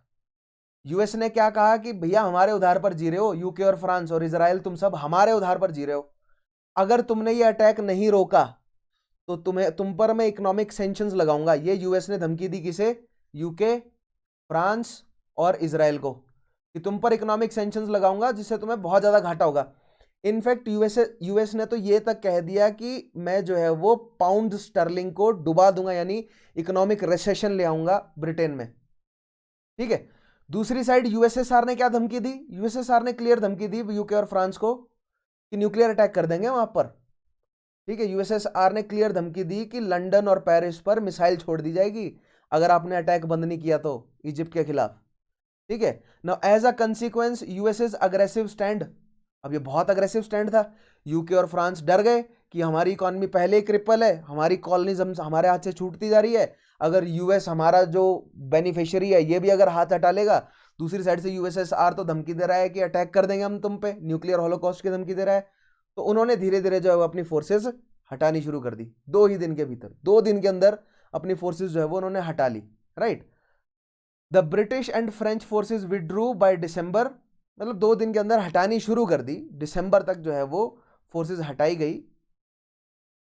Israel finally bowed to US pressure on March 1957, Israel ने मार्च 1957 तक जाकर जो है वो फोर्सेस हटाई, ठीक है। अब यहां पर देखिए एक और पॉइंट आता है बहुत इंपॉर्टेंट। अगर यूके और फ्रांस की सेना चली गई तो अब यहां पर किसकी मिलिट्री जो है वो पहुंची? तो यहां पर यूएन ने अपनी पीस कीपिंग फोर्सेस भेजी कि जाओ और कंट्रोल करो। और यूएन को हमेशा से ही ढाल की तरह यूज करता रहा है यूएस, यानी बेसिकली यूएस ने प्रेशर डाला, दोनों यूएस और यूएसएसआर दोनों ने प्रेशर डाला, क्योंकि दोनों का ही इंटरेस्ट जुड़ा हुआ है इजिप्ट के साथ। और यूएन ने अपनी पीस कीपिंग फोर्सेस भेजी और जब पीस कीपिंग फोर्सेस पहुंची तो फ्रांस और यूके की फोर्सेस वहां से रवाना हो गई। नेक्स्ट देखिएगा, अब ये वो मैप है, ठीक है। So British air para troopers जो है वो पोर्ट सईद पर लैंड करते हैं, not just British but French, ठीक है। उसके अलावा स्वेज कनाल और इस पूरे रीजन पर जो है वो क्या रहता है? स्वेज कनाल जोन कहते हैं इसको, ठीक है। ये कोई ऑफिशियल नहीं है बट इसका नाम फेमस हो गया स्वेज कनाल जोन। इसी स्वेज कनाल जोन को प्रोटेक्ट करने के लिए तो यूके और फ्रांस आए थे, ठीक है। और उसके अलावा इजरायली पैरा ट्रूप्स जो हैं वो यहां पर लैंड कर रहे हैं। देखिए ये इंपॉर्टेंट शहर हैं साइनाई पेनिनसुला के, ये साइनाई पेनिनसुला है, ठीक है। ये आपका गल्फ ऑफ अकाबा, ठीक है, जो कि इजराइल के लिए एक पोर्ट प्रोवाइड करता है यहां पर। और ये आपका जो है वो तिरान आइलैंड है और यहां से स्ट्रेट ऑफ तिरान है, ठीक है। तो और ये गल्फ ऑफ स्वेज है और यहां पर रेड सी है इधर आगे, तो ये हम समझते हैं। तो इजिप्शियन ब्लॉकेड, इजिप्ट ने ब्लॉकेड कहां पर क्रिएट किया? देखिए इधर तिरान में ब्लॉकेड दे दिया ताकि रेड सी से किसको ना जाए, रेड सी से कोई भी ट्रेड जो है वो किसके पास ना जाए? इजराइल के पास। तो यही साइनाई पेनिनसुला की इंपॉर्टेंस है इजिप्ट के लिए कि वो इजराइल को जाने वाला ट्रेड जो है वो ताइरान की स्ट्रेट से रोक सकता है। ये ताइरान की स्ट्रेट है, ठीक है, ये वाली, यहां से वो रोक सकता है जो भी रेड सी के रास्ते इजराइल को जा रहा है जो भी सामान। और इजराइल नहीं चाहता कि ये ब्लॉकेड जो है वो बना रहे, ये ब्लॉकेड खोलना चाहता है इजराइल, तो इजराइल ने भी जो है वो अपनी ट्रूप्स को पीछे हटाया, ठीक है। आगे बढ़ते हैं, तो ये मैप बहुत इंपॉर्टेंट है। नाउ अब नेक्स्ट देखते हैं हम ऑयल क्राइसिस ऑफ 1970। लेकिन सुएज क्राइसिस आपको समझ आया क्या था? सुएज क्राइसिस में हुआ क्या एक्चुअली? सुएज क्राइसिस में जग जाहिर हो गई ये बात, सुएज क्राइसिस में ये बात क्लियर हो गई कि यूएस अब ग्लोबल पावर बन गया है, यानी कि यूएस और यूएसएसआर है अब टियर 1 ग्लोबल शक्तियां, और इन दोनों में से जो जीतेगा वो बनेगा ग्लोबल सुपर पावर। यूके और फ्रांस जो पहले वर्ल्ड वॉर 1 से पहले ग्लोबल इश्यूज को डोमिनेट करते थे, अब उनकी इंपॉर्टेंस नहीं रही, उनकी रैंक हो गई सेकंड। यानी यूके को अगर अब कोई भी बड़ा फैसला लेना है तो यूएस से पूछना पड़ेगा, बगैर यूएस से पूछे अपनी मर्जी से वो कुछ नहीं कर सकता। यानी कि अब जो इकोनॉमिक इंटरेस्ट है वो इंपॉर्टेंट किसके हो गए ग्लोबल ऑर्डर में? यूएस के इकोनॉमिक इंटरेस्ट, खासतौर पे जो कैपिटलिस्ट ग्लोबल ऑर्डर है, यहां पर जो इंपॉर्टेंट इंटरेस्ट हो गए किसके? यूएस के, जो कि पहले जो है वो यूके के हुआ करते थे। ठीक है, यानी यूके जो मर्जी चाहे करता था, अब नहीं कर सकता। बेसिकली यूके की शक्ति घट गई। यहां पर सुएज क्राइसिस से हमें यह पता चला। और इजिप्ट के लिए क्या जो है वो रिजल्ट रहा? इजिप्ट के लिए रिजल्ट ये रहा कि इजिप्ट को यूएसएसआर का फुल सपोर्ट मिला, और दूसरी साइड यूएसए और इजिप्ट का रिलेशन क्या रहा? जब तक नासिर जिंदा रहे, ठीक है, 70 तक, 1970 तक जो है वो नासिर जिंदा रहे। जब तक नासिर जिंदा रहे यूएसए और इजिप्ट जो है वो उनके रिलेशन अच्छे नहीं रहे। नासिर के बाद जब सदात शक्ति में आए हैं तो सदात ने यूएसए के साथ रिलेशन बेहतर करे, और नासिर जब तक शक्ति में थे तो नासिर सबको घुमा रहे थे, नॉट जस्ट यूएसए, यूएसएसआर को भी घुमा रहे थे, क्योंकि नासिर को पता था कि तेल हमारे पास है, सुएज कनाल हमारे पास है, अरेबियन शक्तियों का सपोर्ट हमारे पास है, हम ओपेक कंट्री का हिस्सा हैं, ठीक है, तो हम ग्लोबल ऑर्डर को कंट्रोल कर सकते हैं। तो यहां पर एक और मैं आपको चीज बताता हूं कि 19th century, mid 19th century तक जितना भी तेल, जो ऑयल प्रोड्यूसिंग जितने भी कंट्रीज थे, उन सबको जो है वो यूएस, यूके, ये कंट्रीज कंट्रोल कर रही थी। ठीक है, लेकिन 20th सेंचुरी तक आते आते ये कंट्रोल जो है वो ओपेक कंट्री की तरफ शिफ्ट हो गया। यानी ऑयल के दामों को कौन कंट्रोल करेगा, ये शक्ति जो है वो ऑयल प्रोड्यूसिंग कंट्रीज के पास आ गई, जिसकी वजह से हमें ऑयल क्राइसिस जो है वो देखने को मिलता है। तो आइए समझते हैं ऑयल क्राइसिस क्या है। सो आई होप सुएज क्राइसिस आपको समझ आया होगा। सुएज क्राइसिस बेसिकली क्या था? यूके और फ्रांस जो है वो उनको रियलाइजेशन नहीं था कि उनकी शक्ति खत्म हो गई है, उनको रियलाइजेशन हुआ कि वो टियर 2 शक्तियां हैं, वो अब ग्लोबल अफेयर्स को अपने हिसाब से नहीं चला सकते। ठीक है, ग्लोबल अफेयर्स को चलाने के लिए उनको कैपिटलिस्ट ब्लॉक का नया leader, so basically capitalist block का नया लीडर कौन है? यूएसए। ये जग जाहिर हो गई बात। ठीक है, आगे बढ़ते हैं। नाउ ऑयल क्राइसिस ऑफ 1970 समझने की कोशिश करते हैं क्या है। तो मैंने आपको बताया ना 20th सेंचुरी में और वर्ल्ड वॉर 2 के बाद ये बात क्लियर हो गई कि ओपेक कंट्रीज, जो ऑयल प्रोड्यूसिंग और एक्सपोर्टिंग कंट्रीज जो हैं, ये तेल के दामों को कंट्रोल करेंगी। ठीक है, और यही जो शक्ति है तेल के दामों को कंट्रोल करने की, ये ओपेक कंट्रीज से कैपिटलिस्ट ब्लॉक को अपने पास चाहिए थी। यानी यूएस चाहता था कि तेल के दामों को कंट्रोल करने की शक्ति यूएस के पास आए, या कैपिटलिस्ट राष्ट्रों के पास आए, या वेस्टर्न शक्ति के पास आए, अरेबियन शक्तियों के पास ना हो। और सारा झगड़ा ऑयल क्राइसिस में, मतलब सारा झगड़ा नहीं, लेकिन एक ऑयल क्राइसिस का एक बहुत बड़ा जो है वो हिस्सा हमें ये, मतलब इस पूरे फंडे को समझने में लगाना पड़ेगा कि ऑयल के दामों को रेगुलेट जो है वो ओपेक करता है या यूएस करेगा। ठीक है, देखिएगा आज भी ये खींचतान बनी हुई है, क्योंकि प्रेजेंट डे सिनेरियो में भले ही तेल सबसे ज्यादा ओपेक के पास हो, रिजर्व सबसे ज्यादा ओपेक के पास हो, लेकिन तेल सबसे ज्यादा प्रोड्यूस जो है वो यूएस कर रहा है। किसकी वजह से? शेल ऑयल की टेक्नोलॉजी डेवलप होने की वजह से, और वो शेल ऑयल की टेक्नोलॉजी इस ऑयल क्राइसिस की वजह से ही डेवलप हुई। ठीक है, तो ये ऑयल क्राइसिस मैंने पिछले सेशन में भी मेंशन किया था। 1967 के बाद, 1967 की जो 6 डे वॉर हुई थी, उसके बाद जो सिनाई का पेनिनसुला है वो इजराइल ने जो अपने कंट्रोल में कर लिया, तो इजराइल के खिलाफ खार्तूम में जो अरेबियन कंट्रीज ने मीटिंग करी थी और 3 नोज जो डिसाइड किए थे, उसमें उन्होंने डिसाइड किया था कि जो वेस्टर्न कंट्रीज है उनको तेल देना हम बंद करेंगे, और इवेंचुअली यूएस और अन्य जो इंडस्ट्रियलिस्ट कंट्रीज हैं वेस्ट की या कैपिटलिस्ट ब्लॉक की, उन पर हम प्रेशर डालेंगे कि वो इजराइल पर प्रेशर डाले कि ये भूमि वो छोड़ दे, सिनाई पेनिनसुला वो छोड़ दे, और इजराइल पर यह प्रेशर डले कि वो फलस्तीन को छोड़ के चले जाएं यहूदी लोग, ठीक है। सो अरेबियन कंट्रीज को या ऑयल प्रोड्यूसिंग जो नेशंस है उनको ये लगा कि उनके पास जो तेल है और उनके पास जो शक्ति है तेल के आवंटन की, किसको बांटेंगे, कितने दाम पर बांटेंगे, इसका वो इस्तेमाल करके जो है वो ज्यादा से ज्यादा या बेहतर से बेहतर जो है वो ट्रीटी या ग्लोबल ऑर्डर पर ज्यादा अपना कंट्रोल जो है वो एस्टेब्लिश करें, ठीक है। तो आइए देखते हैं क्या है ऑयल क्राइसिस नाउ। सो ये शेल क्या है धीरे धीरे मैं आपको समझाऊंगा। ड्यूरिंग, एक सेकंड मैं ये हटा लूं ताकि हमारे पास कैनवस क्लियर हो जाए, है ना, क्योंकि कई बार खिचड़ी सी पक जाती है, तो आई होप आपको उस खिचड़ी में समझ आ जाता होगा, मैं तो यही होप कर सकता हूं, है ना। During the 1973 Arab Israeli war या Yom Kippur war, Yom Kippur war मैंने पिछले सेशन में आपको बताया था। Yom Kippur is the holiest day in the Jewish calendar, और उस दिन अरेबियन कंट्रीज ने सरप्राइज अटैक कर दिया था, ठीक है। Arab members of organisation of petroleum exporting countries, ठीक है, जो ऑयल प्रोड्यूसिंग जो कंट्रीज है उनकी जो ऑर्गेनाइजेशन है OPEC, imposed an embargo against the United States in retaliation for US decision to resupply the Israeli military and to gain leverage in the post-war peace negotiation। देखिए, यौम Kippur की war शुरू की गई अरबियन कंट्रीज द्वारा, उन्होंने surprise attack किया, ठीक है। इजरायली जो है वो छुट्टियां मना रहे थे, 3 दिन लगे उन्हें जो है वो मोबिलाइज करने में, लेकिन यूएस ने यहां पर इजराइल को जो है वो मिलिट्री रीइंफोर्समेंट जो है वो प्रोवाइड करी। सो यूएस जो है वो अरेबियन रीजन में इजराइल की मदद ना करे, इसलिए यूएस पर प्रेशर बनाने के लिए यूएस और अन्य इंडस्ट्रियल नेशंस पर ऑयल एम्बार्गो लगाने की घोषणा करी। किसने? इन oil petroleum organization of petroleum exporting countries ने, यानी ओपेक ने, ठीक है।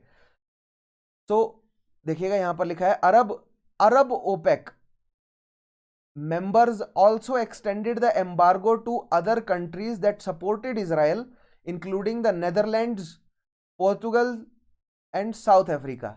The embargo both banned petroleum exports to a targeted nation and introduced cuts in oil production। देखिए, अब ये तेल का दाम कैसे ऊपर नीचे जाता है मैं आपको किसी और सेशन में समझाऊंगा, क्योंकि उसके लिए आपको इकोनॉमी के बेसिक्स समझने पड़ेंगे। तो वर्ल्ड हिस्ट्री खत्म करेंगे, पोस्ट इंडिपेंडेंस खत्म करेंगे, पॉलिटी खत्म करेंगे, तब जाके इकोनॉमी पर लेकर जाऊंगा आपको मैं। तो लंबा चलेगा सफर ये, ठीक है। सो जब मैं इकोनॉमी पर लेकर आऊंगा ना आपको, वहां पर समझाऊंगा कि ये ऑयल के दाम जो है वो कैसे कंट्रोल किए जाते हैं, ठीक है। लेकिन बिल्कुल बेसिक बताऊं कि अगर ऑयल की प्रोडक्शन जो है वो ओपेक कंट्रियां घटा देंगी तो घाटा तो उन्हें ही होगा, और अगर वो बढ़ा देती हैं, ठीक है, मान लीजिए ऑयल का सरप्लस आ गया तो ऑयल के दाम ऑटोमेटिकली घट जाएंगे। ऑयल का प्रोडक्शन उन्होंने घटा दिया तो ऑयल के दाम जो है वो बढ़ जाएंगे, ठीक है। तो 2 चीजें करी उन्होंने। पहला तो ये कि बैन लगाया पेट्रोलियम एक्सपोर्ट पर, कि जितनी भी यूएस अलाइंड या जो भी कैपिटलिस्ट ब्लॉक के इंडस्ट्रियल नेशंस हैं उनको तेल देना बंद कर दो, ठीक है, बिल्कुल ही। और तेल देना बंद कर दो तो तेल के प्रोडक्शन में भी उन्हें कम करना पड़ा, यानी कि वो खुद का घाटा करवाने को तैयार थे यूएस का घाटा करने के लिए, ठीक है, क्योंकि ऑयल की प्रोडक्शन अगर वो घटाएंगे तो प्रोडक्शन घटेगी तो ऑब्वियसली उनकी कमाई घटेगी, ठीक है। आगे बढ़ते हैं। Now several years of negotiations between oil producing Nations and oil companies had already destabilized a decade-old pricing system which exacerbated the embargo's effects। ठीक है, देखिए 7 ऐसी मुख्य कंपनी थी वर्ल्ड वॉर 2 के बाद, वर्ल्ड वॉर 1 के बाद भी हैं, लेकिन वर्ल्ड वॉर 2 के बाद 7 सिस्टर्स इनको कहा जाता है। 7 ऐसी मुख्य पूरी दुनिया में कंट्रीज थी जो कि इन अरेबियन नेशन से तेल एक्सट्रैक्ट कर रही थी, और ये सातों की सातों कंट्रीज जो हैं वो कहां से निकल कर आई होंगी? बिल्कुल सही गैस किया आपने, इंपीरियलिस्टिक, यानी कि यूके, फ्रांस, नेदरलैंड्स, यूएस, ठीक है, इन सब देशों से बिलोंग करती हैं ये सातों की सातों। जैसे कि गल्फ हो गई आपकी, और नेक्सॉन जैसी, उसके अलावा बीपी जो ब्रिटिश पेट्रोलियम जो बाद में बनी है, ठीक है। इस तरह की जो ऑयल कंपनीज हैं, इन्होंने ऑयल प्रोड्यूसिंग नेशंस के साथ जो है वो काफी लंबे समय से नेगोशिएशंस करें, कुछ कंट्रीज को इन्होंने अपनी जो है वो प्रोटेक्टोरेट बनाया, वहां के शाह के साथ जो है वो नेगोशिएशंस करे। कुछ को ये पूरी तरह कंट्रोल नहीं कर पाए, ठीक है, जैसे कि ईरान को पूरी तरह कंट्रोल नहीं कर पाए, टर्की को वर्ल्ड वॉर 1 के बाद कंट्रोल किया इन्होंने, ठीक है, फिर भी कॉन्फ्लिक्ट जो है वो चलता रहा। तो इन ऑयल कंपनीज ने बहुत मुश्किल से नेगोशिएशंस करके जो है वो ऑयल के दाम स्टेबल करे थे अपने हिसाब से, राइट, अपने हिसाब से उन्होंने स्टेबल करे थे, और इंस्टेबिलिटी आई ऑयल एम्बार्गो की वजह से, ठीक है। Now while the oil producing nations were demanding that the oil companies may increase prices and dole out greater share for them, oil companies were reluctant to price increases as it would affect their parent countries, and an increase in shares of oil producing nations without increasing the price would result in shielding their profits। देखिए यहां पर शक्तियां कौन कौन है? Mother countries हैं जो कि पहले जो है वो क्या रही हैं, कॉलोनिस्ट रहे हैं, यूके, फ्रांस, डच, ठीक है, उसके अलावा नेदरलैंड, यूएस जो है वो इकोनॉमिकली इंपीरियलिज्म कर रहा है, ठीक है। इनकी जो है वो 7 सिस्टर्स मुख्य कंपनियां रही हैं, और दूसरी साइड है क्या, ऑयल प्रोड्यूसिंग नेशंस जो है वो, ठीक है, ओपेक जो है, organization of petroleum exporting countries. तो ये जो ओपेक है ये इन शेल कंट्रीज पर प्रेशर डाल रहा है कि हम 2 चीजें करेंगे। पहला तो हम इंडस्ट्रियलिस्ट नेशन, क्योंकि देखिए इंडस्ट्रियलिस्ट नेशंस तक तेल कहां से जा रहा है, इन 7 कंट्रीज से ही जा रहा है ना, क्योंकि ओपेक कंट्रीज इनको कच्चा तेल दे रही है, क्रूड पेट्रोलियम दे रही है। अब क्रूड पेट्रोलियम को रिफाइन करके उसमें से पेट्रोलियम प्रोडक्ट्स ये कंपनीज तैयार कर रही हैं। तो ये ट्रांसपोर्टेशन से लेकर, देखिए जरूरी नहीं है कि रिफाइनरी इनकी हो, रिफाइनरीज और भी हो सकती हैं, लेकिन मुख्य तौर पर ये ट्रांसपोर्टेशन का काम करती हैं, ठीक है। सो अगर दो काम ओपेक ने कहा कि 2 चीजें करेंगे, पहले तो हम तेल निकालना कर देंगे बहुत कम, ठीक है, और दूसरी चीज तेल निकालना हम कम करेंगे और इवेंचुअली हम धीरे धीरे आपको तेल देना बंद कर देंगे। तो तेल देना अगर इन कंट्रीज के पास, इन कंपनीज के पास तेल जो है वो ओपेक कंट्रीज से आना कम हो जाएगा, तो ऑब्वियसली जो है वो इन कंट्रीज को तेल मिलना बंद हो जाएगा। सो कितना ही रिजर्व होगा इनका, कुछ समय बाद जो है वो प्राइस मतलब कॉन्फ्लिक्ट आना शुरू हो जाएगा, क्योंकि ओपेक अचानक से जो है वो तेल का एम्बार्गो लगा सकता है। ये बात तो इन 7 जो सिस्टर कंट्रीज है इनको भी पता है, इसलिए तेल का भंडार तो सिस्टर कंपनीज भी अपने पास रखती हैं, तेल का भंडार तो ये राष्ट्र भी अपने पास रखते हैं। तो जब तक इनके पास तेल है तब तक दाम जो है वो मैनेज हो सकता है, लेकिन जब इनके पास तेल खत्म हो जाए उसके बाद क्या करेंगे ये, राइट, वही समझना है। नेक्स्ट देखिएगा।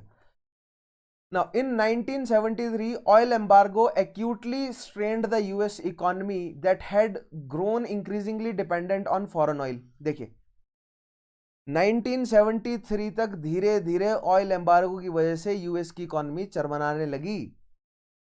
क्यों? क्योंकि यूएस जो है वो ज्यादातर तेल इन 7 सिस्टर कंपनीज के माध्यम से ही ओपेक कंट्रीज से ले रहा था। यूएस अपना खुद का तेल बहुत कम निकाल रहा था, ठीक है, क्योंकि यूएस ने जो है वो यही पॉलिसी रखी थी कि पहले दूसरों का तेल फूकेंगे फिर उसके बाद अपना तेल यूज करेंगे। द प्राइस ऑफ ऑयल पर बैरल फर्स्ट डबल, पहले तो डबल हुआ, एंड देन क्वाड्रपल्ड, फिर 4 गुना बढ़ गया। समझ रहे हैं आप? पर बैरल $3 पर बैरल से $12 पर बैरल तक जो है वो तेल का दाम बढ़ा उस समय 73 में, 72-73 में, ठीक है। इससे हुआ क्या? सिंपल सी बात है, skyrocketing cost on consumers and structural challenges to the stability of whole national economy. जनता को तेल नहीं है, जो पेट्रोल जो पंप्स हैं, जो गैस स्टेशन होते हैं यूएस में, घंटों तक लाइनों में लगकर जो है वो बहुत थोड़ा सा तेल लोगों को मिल रहा था। धीरे धीरे जो है वो तेल यूएस के पास कम होता जा रहा था। अब यूएस ने यहां पर 2 पॉलिसीज अपनाई, ठीक है। पहला तो ये कि यूएस ने कोशिश करी कि अब अपना तेल जो है वो निकालना शुरू करें। सो जो टेक्सास वाला रीजन है जहां से तेल निकलता है यूएस में, वहां पर उन्होंने खुदाई करवानी शुरू करी, ठीक है। दूसरी चीज, शेल ऑयल पर जो है वो उन्होंने भरोसा करना शुरू किया, और शेल ऑयल के माध्यम से शेल ऑयल धीरे धीरे डेवलप हुआ है, और इस ऑयल क्राइसिस की वजह से ही आज यूएस जो है वो सबसे बड़ा जो है वो ऑयल प्रोड्यूसिंग नेशन है, क्योंकि ऑयल क्राइसिस की वजह से यूएस ने शेल ऑयल में इन्वेस्ट किया। और जब उन्होंने शेल ऑयल में इन्वेस्ट किया और शेल ऑयल को एक्सट्रैक्ट करने की टेक्नोलॉजी डेवलप करी, तो पता चला कि कन्वेंशनली पेट्रोलियम निकालने से सस्ता पड़ रहा है उन्हें शेल ऑयल, और ज़्यादा बड़े लेवल पर निकल रहा है। ठीक है, तो शेल ऑयल क्या है ये आगे कभी समझाऊंगा किसी और टॉपिक पर। सो दैट मीन्स पहली चीज तो उन्होंने टेक्सास से तेल निकालना शुरू किया, शेल ऑयल पर इन्वेस्ट किया, ठीक है, और उन्होंने धमकियां देनी शुरू करी। अब धमकियां देनी शुरू करी किसे? सऊदी अरेबिया को, क्योंकि सऊदी अरेबिया ही इस इन ओपेक कंट्रीज का लीडर जो है वो कौन था? Saudi Arabia. धमकी देनी ये शुरू करी यूएस ने कि सऊदी अरेबिया पर हम अटैक कर देंगे, ठीक है। लेकिन अंदर की बात यह है कि यूएस के पास केवल और केवल 10 से 14 दिन यानी 2 हफ्तों का तेल बचा था। उससे ज्यादा तेल जो है वो यूएस आर्मी के पास नहीं था, ठीक है।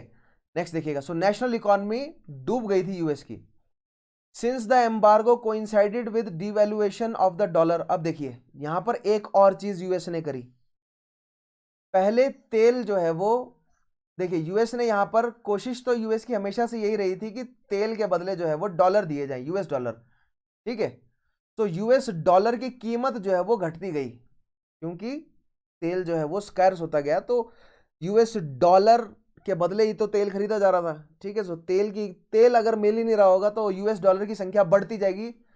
तो अगर नोट ज्यादा है और नोट के बदले कुछ खरीदने को नहीं है, मान लीजिए वो जो एग्जांपल दिया जाता है ना कि सभी को नोट दे दो गरीबी खत्म हो जाएगी, भैया अगर आप सभी को नोट दे दोगे तो काम कौन करेगा? वही काम हुआ कि जब यूएस डॉलर सबके पास हो गए तो खर्चेंगे कहां, राइट? जब तेल ही नहीं है खरीदने को तो इससे डीवैल्यूएशन हुआ, यूएस डॉलर की कीमत घटी। Now since the embargo coincides with devaluation of the dollar a global recession seemed imminent, और 1973 के कुछ सालों बाद जो है वो बड़े लेवल पर फिर से ग्लोबल रिसेशन आया भी। US allies in Europe and Japan stock piled. अब देखिए यूएस और उसके एलाइज ने करना शुरू क्या किया कि जब तक मिल रहा है तेल जल्दी से भर लो तेल, तो उन्होंने स्टॉक पाइलिंग करनी शुरू कर दी और बहुत महंगे दामों पर तेल बेचना शुरू किया यूएस को, ठीक है। और यूएस तेल इंपोर्ट भी कर रहा था, यूएस के पास खुद का तेल भी था, ठीक है, जो रिजर्व था उसको अभी दोहन कर रहा है, क्योंकि रिजर्व का दोहन जो है वो एक बहुत नेगेटिव इफेक्ट डालता है किसी देश के लिए। किसी देश का जो भी रिजर्व है अगर वो अपने रिजर्व को यूज करना शुरू कर दे तो उसकी इकोनॉमी पर बहुत नेगेटिव असर पड़ता है, जो कि पड़ा भी, right. Now US allies in Europe and Japan stockpiled oil supplies and thereby secured for themselves a short-term cushion. कुछ समय के लिए तो उन्होंने आराम पा लिया क्योंकि उन्होंने तेल इकट्ठा कर लिया और अपनी जनता को एक वाजिब दाम पर तेल देना शुरू किया। लेकिन कुछ समय बाद जब उनका स्टॉक पाइल खत्म हो गया तब तो तेल उनको इंपोर्ट करना था और ओपेक कंट्रीज तेल बेच नहीं रही थी, ठीक है। But the long term possibility of high oil prices and recession precipitated a rift between Atlantic alliance, ठीक है। तो यहां पर क्या हुआ देखिए, यूएस ने पहले इंटरवीन करके यूके और फ्रांस को जता दिया था कि वो अब शक्ति नहीं है, ठीक है। तो अब यूएस की वजह से यूके, फ्रांस, जापान, इन सब कंट्रीज को झेलना पड़ रहा है, तो इन्होंने प्रेशर डालना यूएस पर शुरू किया कि देखिए आप तेल दीजिए, अब हमें कुछ करिए, तेल चाहिए हमें। तो जो नॉर्थ अटलांटिक जो नेटो जो अलायंस है, ठीक है, इनमें धीरे धीरे जो है वो गुस्सा बढ़ने लगा यूएस के प्रति, ठीक है, कि आपकी वजह से हमें तेल नहीं मिल रहा, तुम्हारी जो मिडल ईस्ट पॉलिसी है, क्योंकि जापान जैसे देश और स्वेज क्राइसिस के बाद यूके और फ्रांस जो है वो उनको अपनी शक्ति का पता चल गया कि हमारी शक्ति लिमिट हो गई है, और यूएस की जो मिडल ईस्ट की जो पॉलिसी है उससे अपने आप को दूर किया उन्होंने, खासतौर पे जापान ने, ठीक है।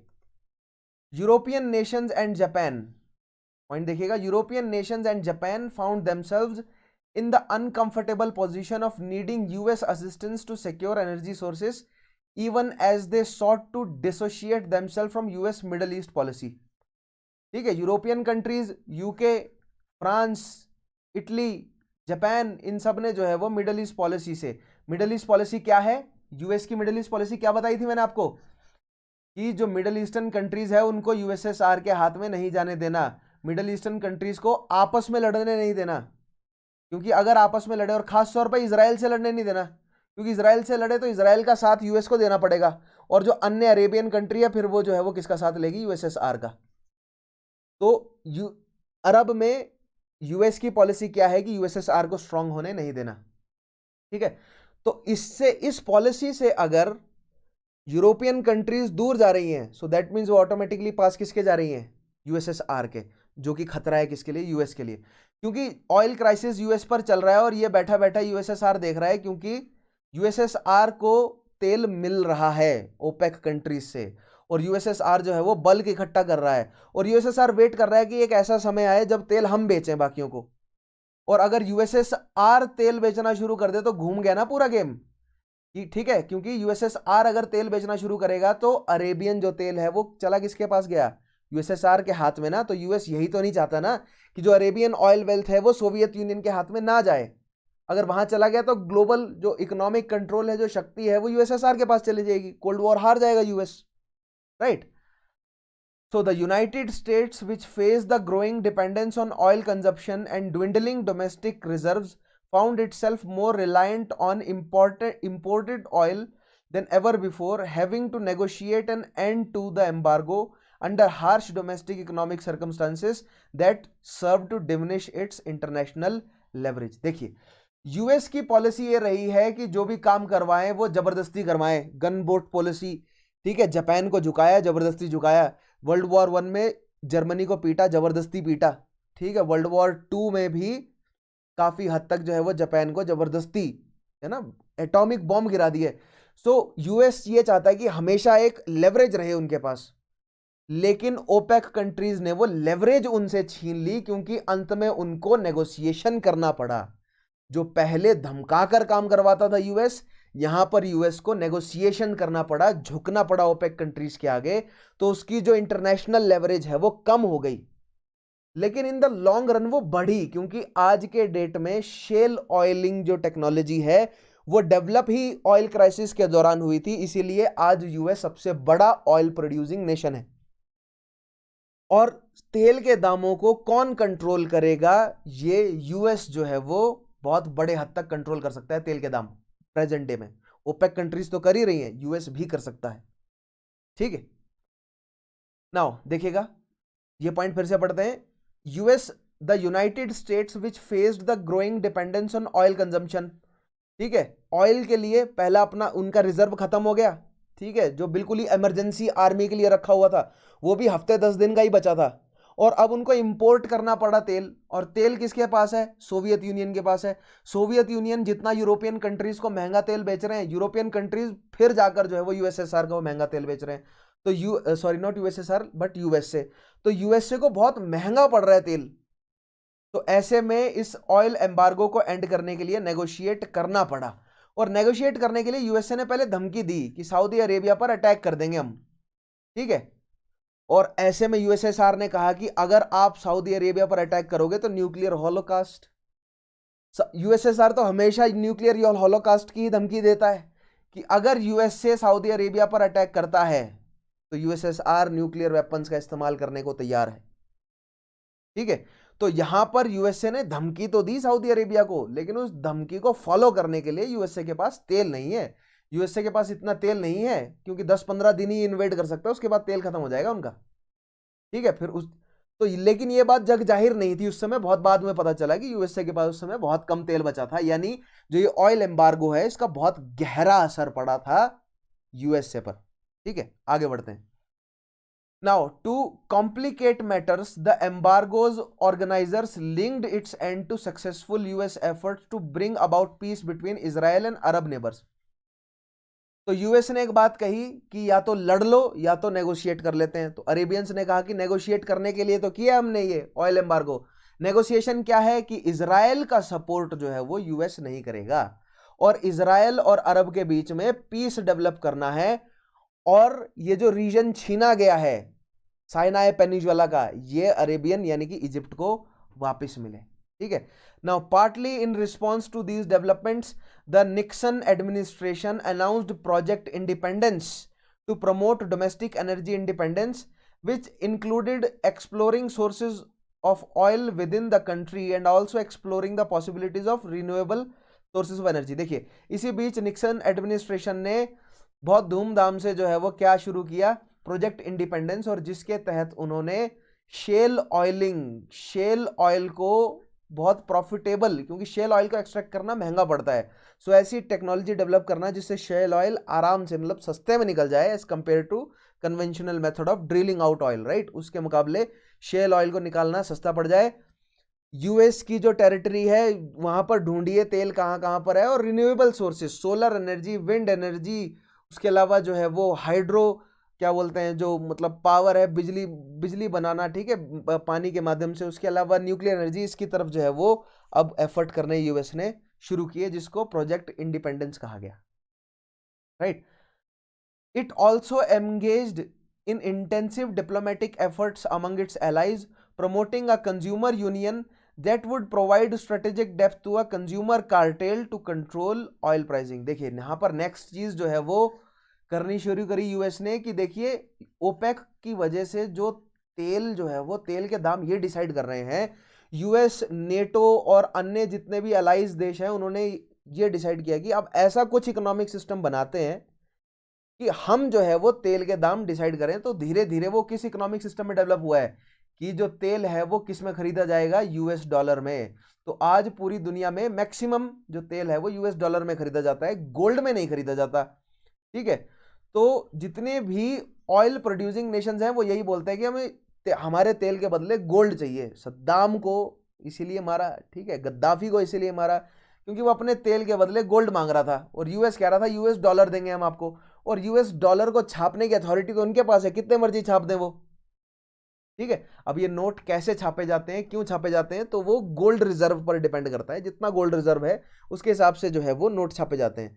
लेकिन अगर बैंक्स आपके, ठीक है, एक सेंट्रल बैंक्स आपके, आईएमएफ पर अगर आपका कंट्रोल, ठीक है, तो आप जितने मर्जी चाहे उतने नोट छापिए। तो ये सद्दाम, गद्दाफी या जो ऑयल वॉर क्या है, ठीक है, और किस तरह जो है वो धीरे धीरे यूएस ने ओपेक को कमजोर किया और ग्लोबल लेवल पर तेल जो है वो डॉलर्स में खरीदा जाए, ये सिस्टम डेवलप किया है, ये हम इवेंचुअली समझेंगे। मैंने आपको बताया ना उस लेवल तक पहुंचूंगा, इकोनॉमी में समझाऊंगा वो चीजें मैं आपको। Now both of these efforts were only partial successful. ये एफर्ट जो है वो पार्शियल सक्सेसफुल रहे, उस समय पार्शियल सक्सेसफुल रहे, लेकिन 2000 मतलब 21st सेंचुरी के शुरुआत में इराक पर जो अटैक किया, ये एक बहुत लंबा जो है वो प्रोसेस है ऑयल वॉर्स का। शुरुआत ऑयल वॉर्स की जो है वो स्वेज कनाल के क्राइसिस से हुई, क्योंकि वहां से यूएस का जो है वो कंट्रोल स्वेज कनाल पर बढ़ा, और फिर धीरे धीरे जो है वो स्वेज कनाल के रास्ते उसने दोनों डायरेक्शन में मूव किया। लीबिया, इजिप्ट, इराक, सीरिया, ये सारे एरिया पर जो है वो जितने भी ऑयल प्रोड्यूसिंग नेशंस हैं, इन सब पर यूएस ने धीरे धीरे जो है वो अपनी सूडो गवर्नमेंट्स एस्टेब्लिश करी। ईरान पर वो खासा जो है वो इफेक्ट नहीं डाल सके। ईरानियन रेवोल्यूशन के माध्यम से मैं आपको बताऊंगा कि क्यों नहीं डाल सके वो खासा इफेक्ट, ठीक है। आगे बढ़ते हैं। Now the embargo laid bare one of the foremost challenges confronting US policy in Middle East, that of balancing and contradictory demands of unflinching support for Israel and the preservation of close ties to the Arab oil producing monarchies। देखिए US के सामने, ये बहुत typical भाषा में लिखा है मैंने, लेकिन इसको बिल्कुल आसानी से मैं समझाऊं तो ये है कि यूएस के सामने एक धर्म संकट है। धर्म संकट क्या है कि ऑयल प्रोड्यूसिंग जो नेशंस है उनका साथ दे या इजराइल का साथ दे, क्योंकि अगर वो इजराइल का साथ देता है तो अरेबियन कंट्रीज का दुश्मन बनता है, और अगर वो अरेबियन कंट्रीज का दुश्मन बनता है तो वो यूएसएसआर के सपोर्ट में चले जाएंगे, यानी कि अरेबियन कंट्रीज यूएसएसआर का दोस्त बन जाएंगे और कोल्ड वॉर यूएस हार जाएगा। और अगर यूएस इजराइल का साथ नहीं देता तो जो सेंट्रल बैंक्स हैं जो यूएस के कंट्रोल में हैं, वो उनकी गुड ग्रेसेस यूएस पर नहीं रहेगी, ठीक है। तो यूएस जो है वो इस कॉन्फ्लिक्ट में फंसा हुआ है कि इजराइल का साथ दे या अरबियों का साथ दे। Now the strains on US bilateral relations with Saudi Arabia revealed the difficulty of reconciling those demands, ठीक है। अब देखिए यूएस के सऊदी अरेबिया से रिलेशन क्यों अच्छे हैं, मतलब क्यों अच्छे बनाने की कोशिश करी, क्योंकि इन सभी ओपेक कंट्रीज का लीड कौन कर रहा है, या खास तौर पे जो अरेबियन ऑयल प्रोड्यूसिंग कंट्रीज हैं इनको लीड कर रहा है सऊदी अरेबिया। और सऊदी अरेबिया के साथ बायलैटरल रिलेशंस हैं यूएस के, क्योंकि डिपेंडेंसी है। सऊदी अरेबिया को यूएस चाहिए, यूएस को सऊदी अरेबिया चाहिए, क्योंकि सऊदी अरेबिया के रास्ते यूएस जो है वो अन्य अरेबियन कंट्रीज को कंट्रोल करता है, और सऊदी अरेबिया को जो है वो यूएस जो है वो टेक्नोलॉजीज प्रोवाइड कर रहा है, और मतलब एक सऊदी अरेबिया को अन्य अरेबियन कंट्रीज पर कंट्रोल बनाए रखने की शक्ति और क्षमता जो है वो यूएस के माध्यम से मिल रही है। ये बायलैटरल है, दोनों का फायदा हो रहा है, यानी कि ग्लोबल मैटर्स में यूएस स्ट्रांग रहे, सऊदी अरेबिया यूएस की ये मदद कर रहा है, और अरेबियन मैटर्स में सऊदी अरेबिया स्ट्रांग रहे, ठीक है, यूएस सऊदी अरेबिया की ये मदद कर रहा है। तो ये इनका बायलैटरल रिलेशन है। समझ आया आपको? ठीक है, अरेबियन रीजन में सऊदी अरेबिया स्ट्रांग, पूरी दुनिया में यूएस स्ट्रांग, दोनों एक दूसरे की मदद कर रहे हैं। Now the US response to the events of 1773 and 1774 यानी कि oil embargo also clarified the need to reconcile US support for Israel to counterbalance Soviet influence in Arab world with with both foreign and domestic economic policies। देखिए, अब यहां पर US का Israel के साथ relation जो है वो बैलेंस करना बहुत जरूरी था कि कितना सपोर्ट देना है इजराइल को, क्योंकि ज्यादा दिया तो अरेबियंस को यूएसएसआर का चला जाएगा। तो आई होप ये कॉन्सेप्ट आपको क्लियर होगा। आगे बढ़ते हैं।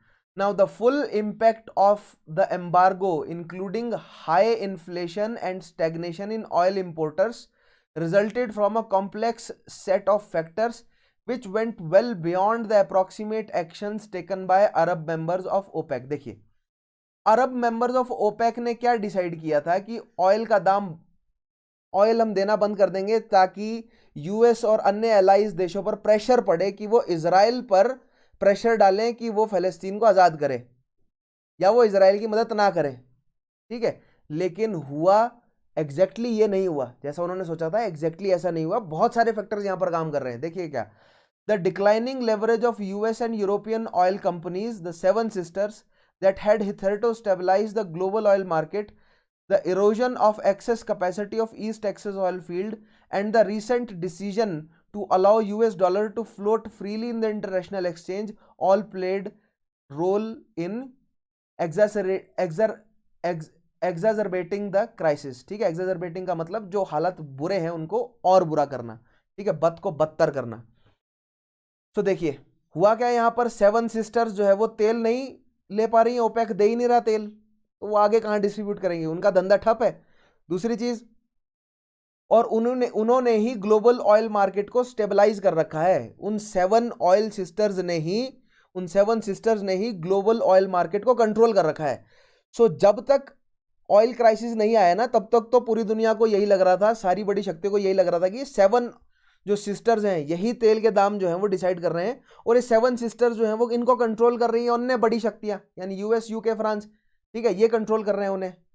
लेकिन यहां से ये बात क्लियर हो गई कि नहीं, अगर ओपेक उनको तेल ही देना बंद कर देगा तो वो भी कैसे जो है वो कंट्रोल करेंगे। जब तेल ही नहीं होगा तो तेल का दाम कैसे कंट्रोल करेंगी। उसके अलावा जो टेक्सास के ऑयल फील्ड्स हैं वहां पर तेल जो है वो बहुत ज्यादा निकाल लिया गया, और वो यूएस का रिजर्व है ना, वो इमरजेंसी के लिए है। तो अब भविष्य में यूएस के पास इमरजेंसी तेल जो है वो कम हो गया। दूसरा असर ये पड़ा।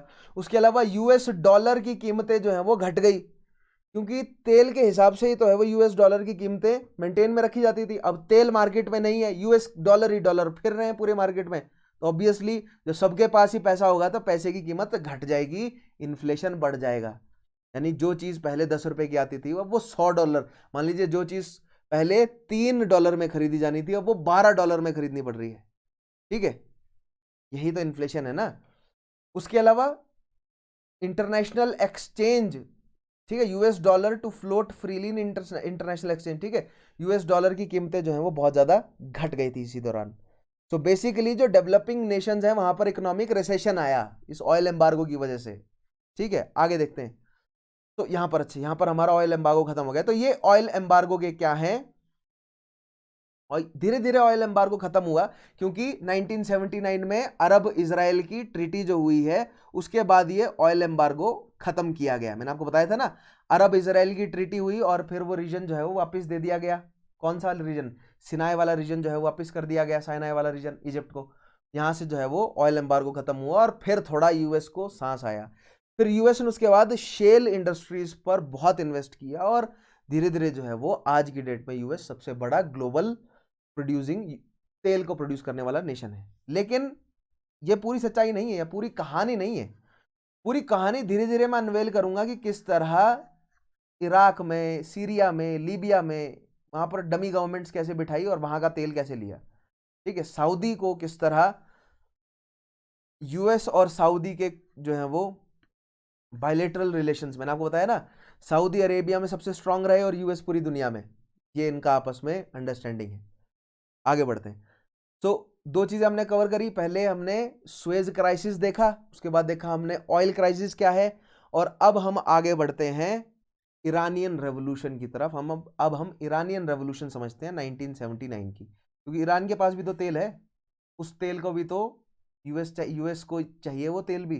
तो देखते हैं ईरानियन रेवोल्यूशन में क्या ईरान ने सबड्यू किया या नहीं किया, ठीक है, अपना तेल वेस्टर्न कंट्रीज को दिया या नहीं, अब हम ये समझते हैं, ठीक है। सो पहला पॉइंट देखिएगा, From much of the late 19th and first half of the 20th century, Iran's autonomy was challenged by Russia and Great Britain. देखिए, कजार डायनेस्टी 1925 तक ईरान में रही, ठीक है। सो कजार डायनेस्टी के अंतिम शासक जो 1908 में बिठाए गए, बालक बच्चे थे वो, उनको बिठाया गया, 1925 तक वो रहे और फिर कजार डायनेस्टी खत्म हो गई।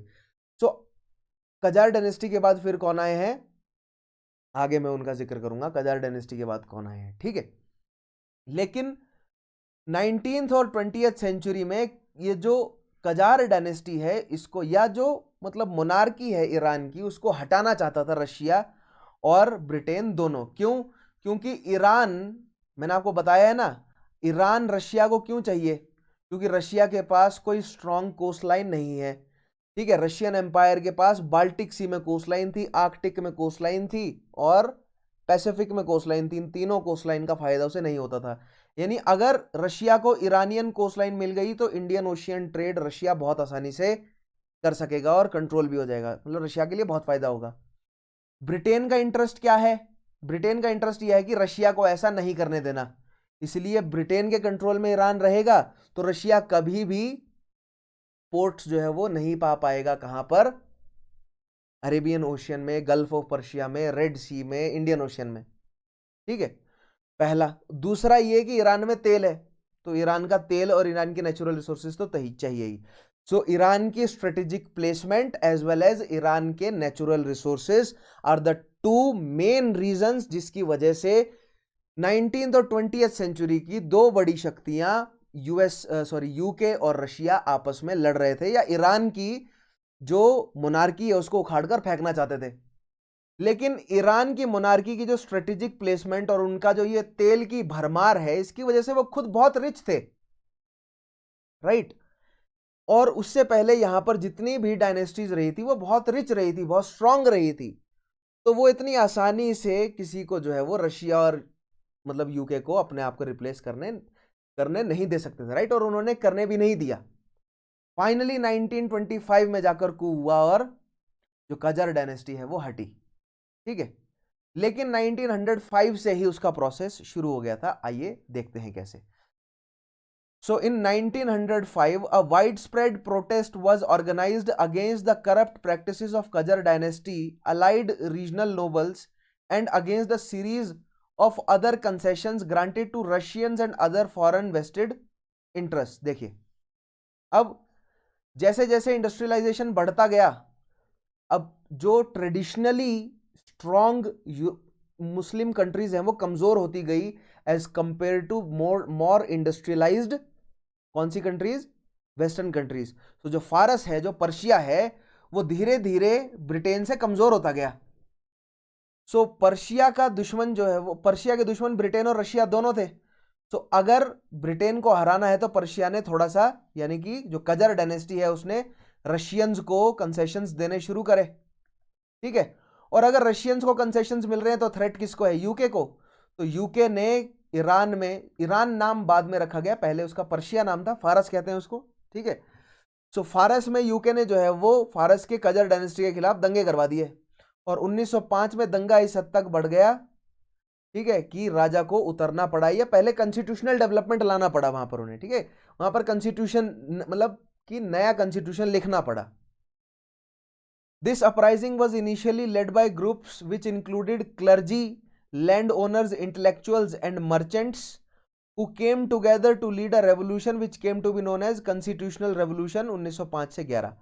और देखिए, ईरान में सबसे ज्यादा पॉपुलेशन है पूरी दुनिया की, अगर कंपेयर मतलब मुस्लिम राष्ट्रों में से ईरान एक ऐसा राष्ट्र है जिसमें शिया पॉपुलेशन ज्यादा है और सुन्नी पॉपुलेशन कम है, ठीक है।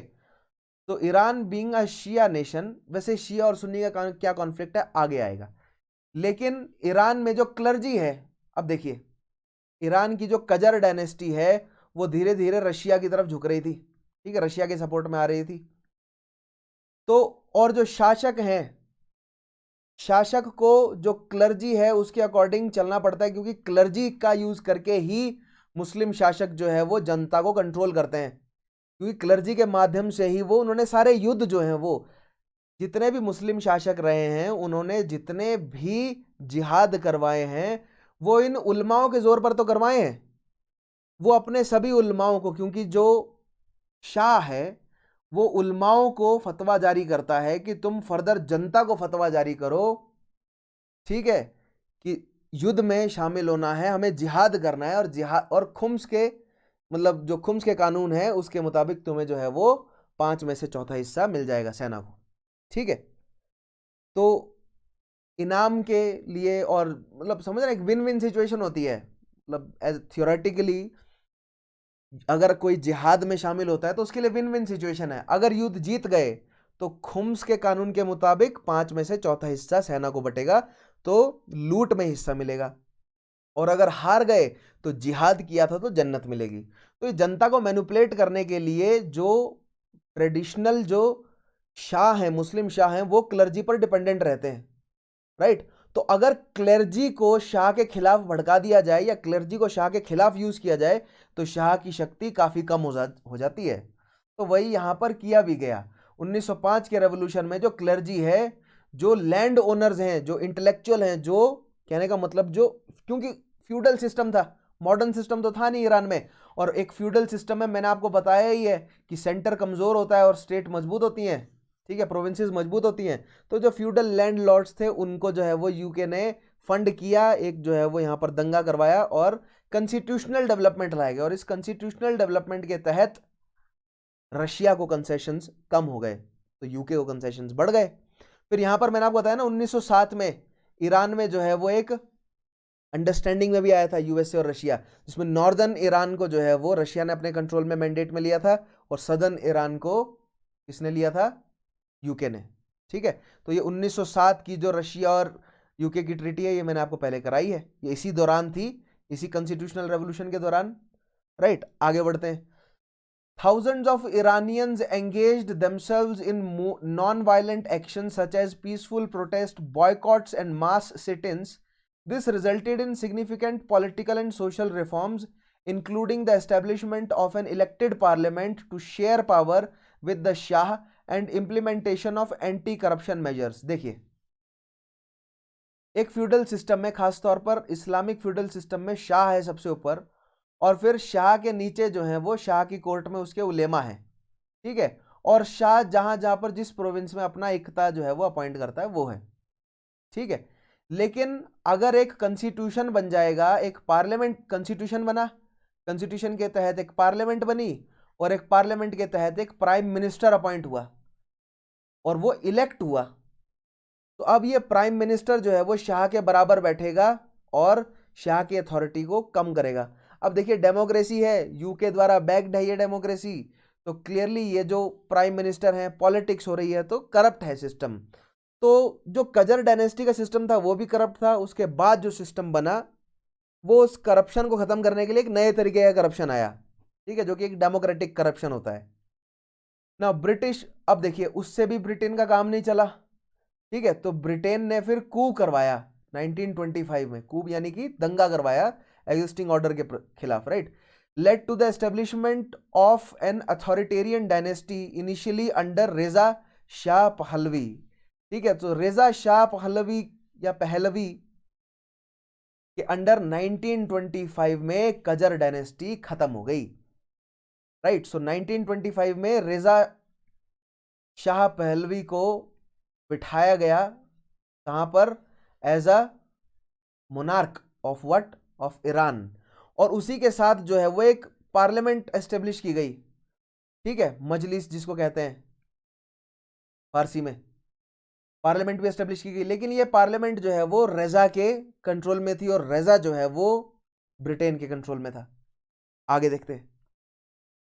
In 1941, concerned with the Shah's pro-Axis power sympathies, British and Soviet troops occupied the country, forcing the Shah to abdicate in favor of his elder son या eldest son Mohammad Reza Pahlavi. अब देखिए, जो Reza Pahlavi है वो धीरे धीरे axis power की तरफ झुकता जा रहा था, क्योंकि मैंने आपको बताया ना, जर्मनी का हमेशा से सपना क्या है कि जर्मनी के नीचे जो जो बल्कान रीजन है उसको जोड़े, बल्कान के बाद टर्की को जोड़े, ठीक है, टर्की के बाद ईरान को जोड़े, ईरान के बाद अफगानिस्तान को और फिर इंडिया को, इन सारे देशों को आपस में जोड़ें और एक नया इकोनॉमिक ऑर्डर एस्टेब्लिश करें, क्योंकि यहाँ पर और यहाँ पर अरेबिया को भी जोड़े अपने साथ, तो यहाँ पर ऑयल भी मिलेगा और इंपॉर्टेंट ट्रेडिंग पोर्ट भी मिलेंगे, ठीक है, जिससे एक नया इकोनॉमिक ऑर्डर डेवलप हो जाएगा। तो जर्मनी जो है वो सेंट्रल बैंक्स के इकोनॉमिक ऑर्डर से बाहर निकलना चाहता था, वर्ल्ड वॉर 1 में भी इसीलिए पीटा गया उसे, और हिटलर भी यही चाहता था कि वो सेंट्रल बैंक्स के द्वारा, जो ज्यूज द्वारा एस्टेब्लिश जो बैंक है, जो ओल्ड एग्जिस्टिंग इकोनॉमिक ऑर्डर है, उससे बाहर निकल के अपना नया इकोनॉमिक ऑर्डर बनाए, ठीक है, जनता जो परेशान है उस जनता का थोड़ा भला हो, राइट। ये एक अनटोल्ड स्टोरी है, कभी हिटलर के बारे में आगे पूरा डिटेल में बताऊंगा आपको मैं, हिटलर की कहानी क्या है, किस तरह मैनिपुलेट किया गया है, हिटलर की आइडियोलॉजी कहां पर पॉजिटिव थी कहां पर नेगेटिव थी, यानी एक बैलेंस्ड रखूंगा। बहुत ज़्यादा बायस्ड नैरेटिव है हमारे पास हिटलर का, बहुत ज़्यादा, मैं एक बैलेंस्ड नैरेटिव आपके सामने रखूंगा, ठीक है। नाउ तो ये तो चाहता ही था जर्मनी कि ये पूरा कॉरिडोर जो है वो डेवलप हो, ट्रेडिंग कॉरिडोर, ठीक है, और ब्रिटेन नहीं चाहता था कि ऐसा हो, और शाह जो है, ठीक है, रजा जो है वो धीरे धीरे एक्सिस फोर्सेस जर्मनी, इटली और क्या बोलते हैं ऑस्ट्रिया, इन सब की तरफ जो है वो जुड़ने लगा। तो यहाँ पर रशिया और ब्रिटेन ने फोर्स किया कि रजा को शक्ति से उतारा गया, और उसके लड़के मोहम्मद रजा पहलवी, जो कि कम उम्र के थे, कम जो है वो एक्सपीरियंस था, उनको बिठाया गया और कोशिश ये की गई कि वो अब उनके चंगुल में रहेगा या उनकी कठपुतली बनकर काम करेगा। वो ऑयल को जितना भी, क्योंकि देखिए इसी दौरान जितनी भी 7 सिस्टर्स हैं, वो 7 सिस्टर जो हैं वो भरपूर ईरान से तेल निकाल रही हैं, ठीक है, 1925 से 1941 तक 7 सिस्टर्स भरपूर तेल निकाल रही हैं, और अगर ईरान जो है वो एक्सिस फोर्सेस के साथ जुड़ जाता है तो वो तेल जो है वो अब जर्मनी को चला जाएगा, और जर्मनी ऑलरेडी इतना स्ट्रांग है, तेल और मिल गया उसको ईरान का, तब तो वो अजय हो जाएगा, ठीक है। तो यहाँ पर हटा दिया गया शक्ति से शाह को और उसकी जगह उनके लड़के को बिठा दिया गया, मोहम्मद रजा पहलवी, ठीक है। नेक्स्ट देखिएगा, in the more liberal climate following the Allied victory in the world war 2, the democratically elected Majlis reasserted its power, electing the nationalist prime minister Mohammad Mosaddegh. Mohammad Mosaddegh being a socialist बंदा, ठीक है, एक socialist leader था वो। अब देखिए, world war 2 में Britain हार गया, सो ईरान पर से ब्रिटेन का कंट्रोल हो गया कम। उसके बाद वर्ल्ड वॉर 2 के बाद एक डेमोक्रेटिक सरकार जो है वो 1950 में ईरान में एस्टेब्लिश हुई, जिसमें प्राइम मिनिस्टर बनकर उभरे मोजादेग। प्राइम मिनिस्टर पीएम जो है वो मोजादेग हैं, और जो शाह है वो तो मोहम्मद रजा पहलवी है, लेकिन यूके के कमजोर हो जाने की वजह से शाह की शक्ति कमजोर हो गई है और मोहम्मद जो है वो स्ट्रांग हो गए हैं। Soon thereafter, not Mohammad Mosaddegh strong हो गए हैं। Mosaddegh government nationalise the Anglo Iranian oil company, जो कि बाद में ब्रिटिश पेट्रोलियम के नाम से, बीपी के नाम से जानी जाती है। देखिए, अब वही डर था जो ब्रिटेन को, वही किया गया, ठीक है, जिस तरह नेशनलाइज किया था सुएज को किसने, इजिप्ट ने, उसी तरह Anglo Iranian oil company, Britain को जो सबसे ज्यादा तेल जो है ईरान से मिल रहा था, ठीक है, उसको नेशनलाइज कर दिया, यानी एक ईरानी सरकारी कंपनी बना दिया, यानी अब सारा तेल जो है वो ईरान अपने हिसाब से बेचेगा और मुनाफा ईरान का रहेगा। ये किसने किया? मोजादेग ने। और ऐसा करने को सोशलिज्म कहते हैं, और सोशलिज्म को तुरंत कैपिटलिस्ट ब्लॉक जो है वो कम्युनिज्म से जोड़ देता है, और अगर सोशलिज्म कम्युनिज्म से जुड़ जाता है तो दैट मीन्स ईरान जो है वो कम्युनिस्ट राष्ट्र बनता जा रहा है, यूएसएसआर के कंट्रोल में आता जा रहा है। ये सारा भय, मतलब कौमी फियर जो है वो डल जाता है, और कम्युनिज्म का फियर जो है वो कैपिटलिज्म के लिए खराब है। सो ईरान को इन्वेड करो, ईरान को जीतो, वहां पर डेमोक्रेटिक सरकार बनाओ। सो दैट मीन्स मोजादेग अब फिर से जो है वो कैपिटलिस्ट ब्लॉक के लिए खतरा है। सो मोजादेक को शक्ति से उतरना पड़ेगा। ठीक है, अब ब्रिटिश देखिए पूरा पॉइंट पढ़ते हैं। सून देयर आफ्टर 1950 के बाद the Mosaddegh government nationalise the Anglo Iranian oil company, a British monopoly which led to an international boycott of Iran primary export. जैसे ही Iran Anglo Iranian oil company nationalise हुई, Iran का primary export है crude oil, crude oil का boycott करना शुरू कर दिया। किसने? ऑब्वियसली कैपिटलिस्ट ब्लॉक ने। तो कैपिटलिस्ट ब्लॉक अगर ईरान के क्रूड ऑयल का बॉयकॉट कर रहा है तो ईरान का क्रूड ऑयल कौन खरीदेगा? ऑब्वियसली सोवियत यूनियन, यानी कि कम्युनिस्ट ब्लॉक।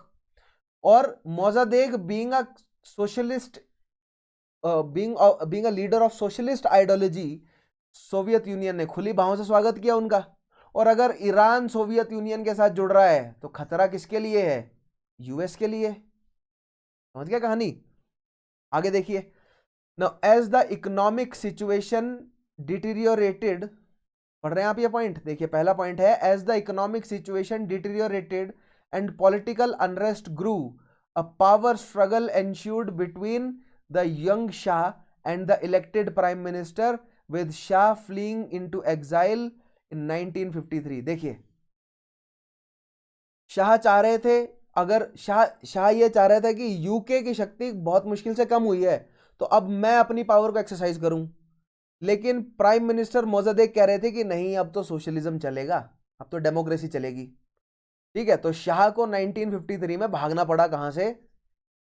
ईरान को छोड़कर। अब ये सब जो है वो यूएस बैठा बैठा देख रहा है कि वर्ल्ड वॉर 2 के बाद यूके तो हार गया। जब तक वर्ल्ड वॉर 2 के पहले यूके स्ट्रांग था तब तक जो है वो जो बीपी है, ब्रिटिश पेट्रोलियम है, या एंग्लो ईरानियन ऑयल कंपनी है, उसने ईरान के ऑयल को अपने कंट्रोल में रखा हुआ था। और इनडायरेक्टली फायदा तो किसको हो रहा था? यूएस को ही हो रहा था। लेकिन अब शाह भी भाग गया, सोशलिस्ट वहां पर रिजीम एस्टेब्लिश हो गया, पार्लियामेंट एस्टेब्लिश हो गई, डेमोक्रेटिक, राइट। और सोशलिज्म को तुरंत कम्युनिज्म से जो है वो कनेक्ट कर दिया गया। ईरान में सोशलिस्ट सरकार, तो यूएस ने अपनी मीडिया में जनता को दिखाया नहीं, कौमी फियर देखिए, वो यूएसएसआर से जुड़ गया ईरान भी, वो भी निकल गया हमारे हाथ से। तो यहां पर यूएस ने क्या किया? यूएस की सीआईए ने एक कू जो है वो स्पॉन्सर करवाया ईरान में। 1925 में एक कू स्पॉन्सर हुआ था ब्रिटेन द्वारा। उसके बाद एंग्लो ईरानियन ऑयल कंपनी ने ईरान का ऑयल भर भर के निकाला था। अब यूएस को ऑयल चाहिए था क्योंकि वर्ल्ड वॉर 2 के बाद बड़ी शक्ति कौन है? यूके के बाद यूके नहीं रही ना, बड़ी शक्ति यूएस है।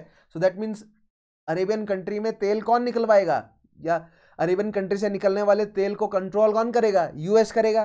ठीक है, तो सीआईए ने ईरान में जो है वो कूप करवाया।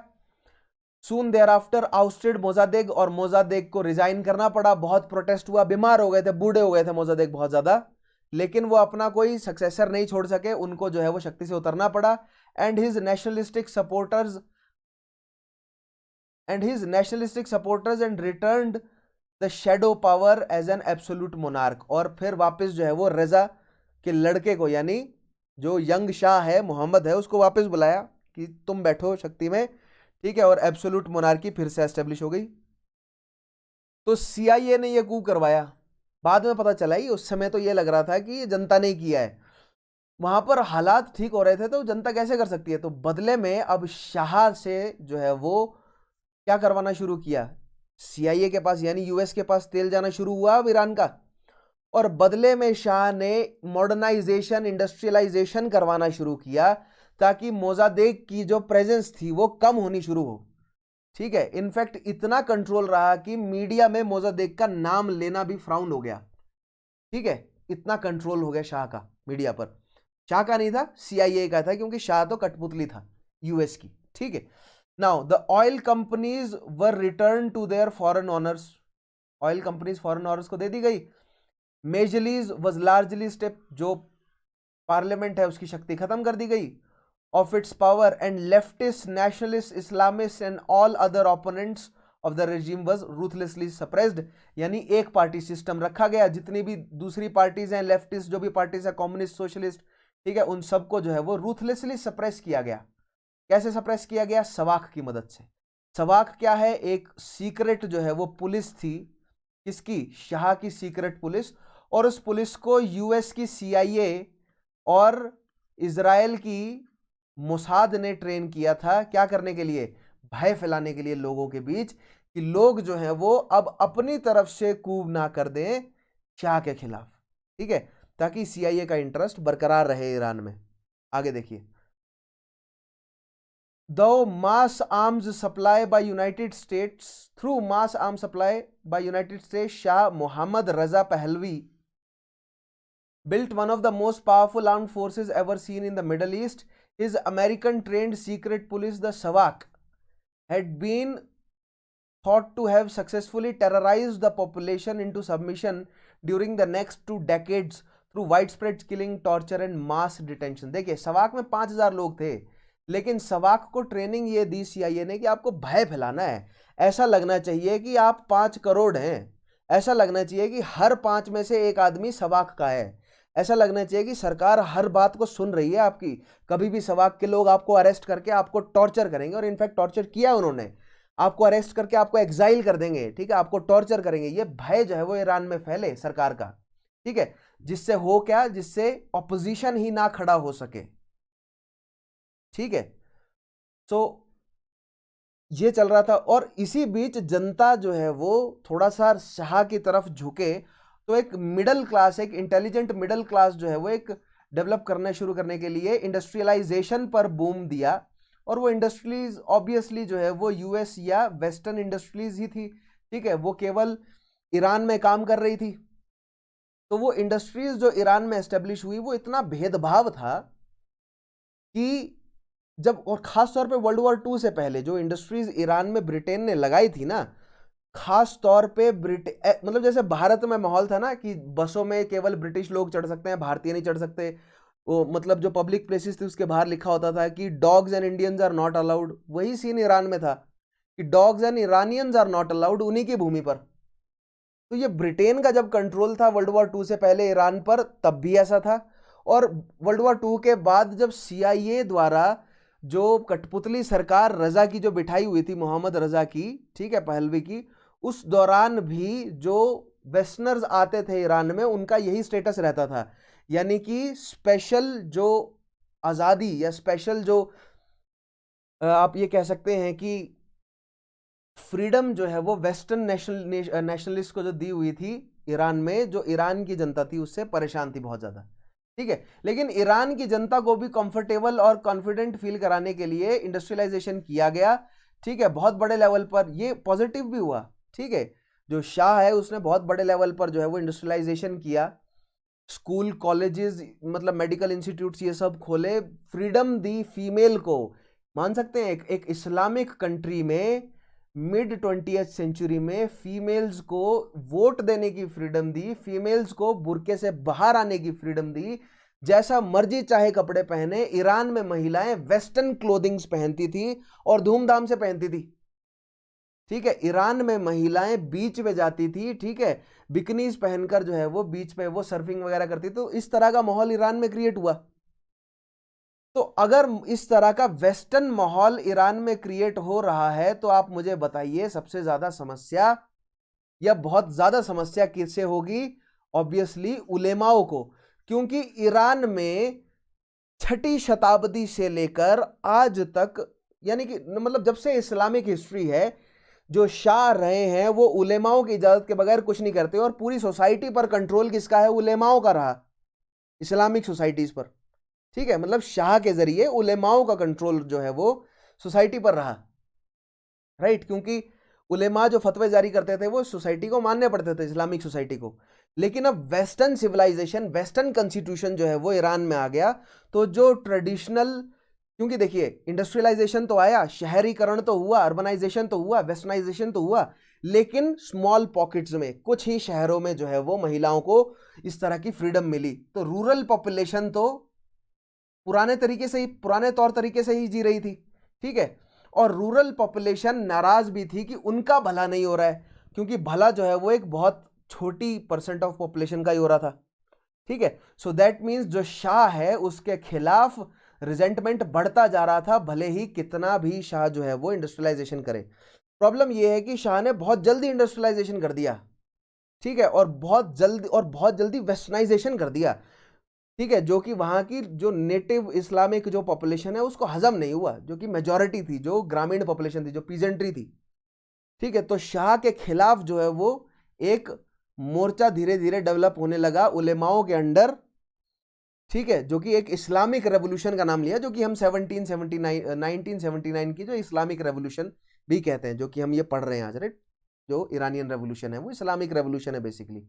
ठीक है, क्योंकि शाह द्वारा लाया गया जो वेस्टर्नाइजेशन है वो पूरे ईरान में नहीं फैला था। वेस्टर्नाइजेशन की वजह से जॉब्स क्रिएट हुई थी, लेकिन शहरों में जो ग्रामीण पॉपुलेशन है, जो कि मैक्सिमम थी ईरान की उस समय, वो अभी भी अनएम्प्लॉयड थी। प्रॉब्लम यह है कि शाह उनके लिए कुछ नहीं कर रहे थे, शाह केवल शहरों के लिए कर रहे थे। ठीक है, या इस तरह पोर्ट्रे किया गया होगा। शाह का ये लॉन्ग टर्म प्लान था कि उनके लिए भी करे, शहरों से शुरुआत कर चुके थे शाह। ठीक है, लेकिन शाह की तबीयत खराब थी और शाह जो है वो बहुत एक्स्ट्रा वेगांजा में पड़ गए थे। बहुत बड़ी बड़ी पार्टीज थ्रो करना, हीरे जवाहरात पहनना, उनकी मतलब ये मतलब मिथ्या है कि उनकी जो वाइफ है वो सोने के बर्तनों में दूध घी में नहा रही है। ठीक है, तो कहने का मतलब जब आम जनता को कई दिनों से, मान लीजिए आम जनता है जिसके पास कई सालों से पेट भर खाना नहीं है, उनको जब ये पता चले कि उनके शाह जो हैं वो इस तरह की पार्टियों में घूम रहे हैं, महरूम हैं, तो ऑब्वियसली एक रिजेंटमेंट पैदा होगी ना। उसी रिजेंटमेंट को चैनलाइज किया उलेमाओं ने। ठीक है, और फिर ये 1979 का हमें रेवोल्यूशन धीरे धीरे डेवलप होता हुआ नजर आएगा। ठीक है, अभी देखते हैं, वहां तक पहुंचेंगे हम।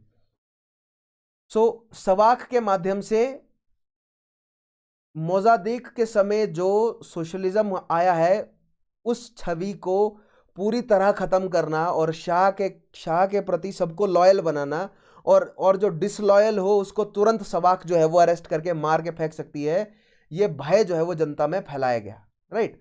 By the mid 1970s most of the leftist, liberal, nationalist and other secular opposition leader had been successfully repressed through murder, imprisonment or exile and most of their organizations banned।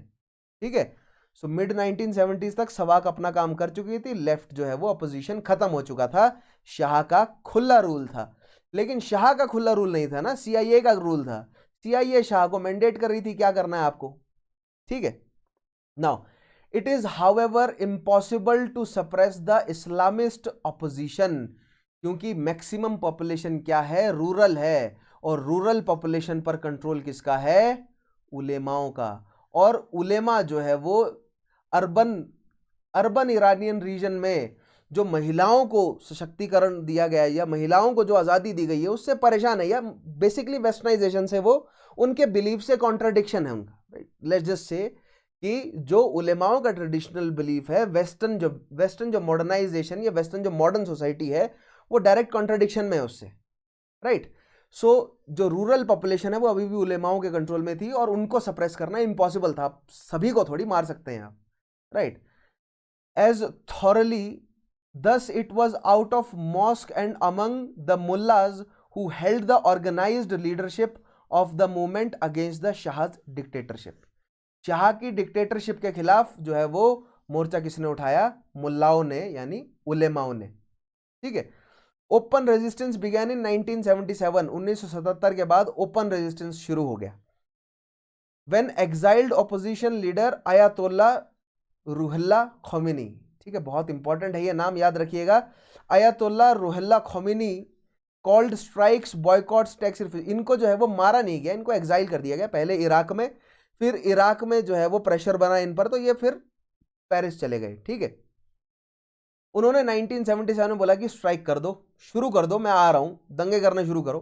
ठीक है, शाह के खिलाफ, शाह की रिजीम के खिलाफ, right. शुरुआत में जो है वो नॉन कोऑपरेशन करना है आपको, फिर लेकिन यहां पर आपको देखना यह पड़ेगा कि आयतुल्ला रूहुल्लाह खोमेनी के अंडर 1979 तक जब तक तख्ता पलट नहीं हुआ है तब तक पूरा प्रोटेस्ट जो है वो पीसफुल रहा। ठीक है, यानी कि जो प्रोटेस्टर्स है उनकी तरफ से हिंसा नहीं हुई, वो लाखों में सड़कों पर उतरे, लेकिन उनकी तरफ से हिंसा नहीं हुई, हिंसा शाह की तरफ से हुई।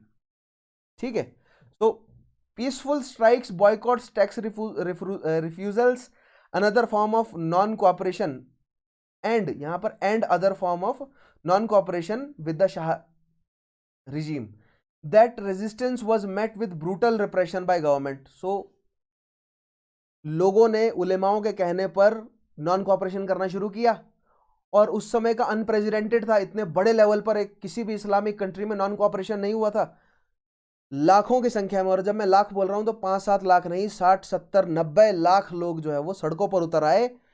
सरकार ने वायलेंस किया, खुले तौर पर गोलियां चलाई लोगों के ऊपर, ठीक है, हजारों में लोग मरे। The pace of the resistance accelerated as massacre of civilian, ठीक है, मैसेकर मैं बोल रहा हूं ना, खुले लोगों पर, भीड़ पर गोलियां चलाई गई मशीन गन से। Were answered by larger demonstrations following Islamic 40-day mourning period, ठीक है।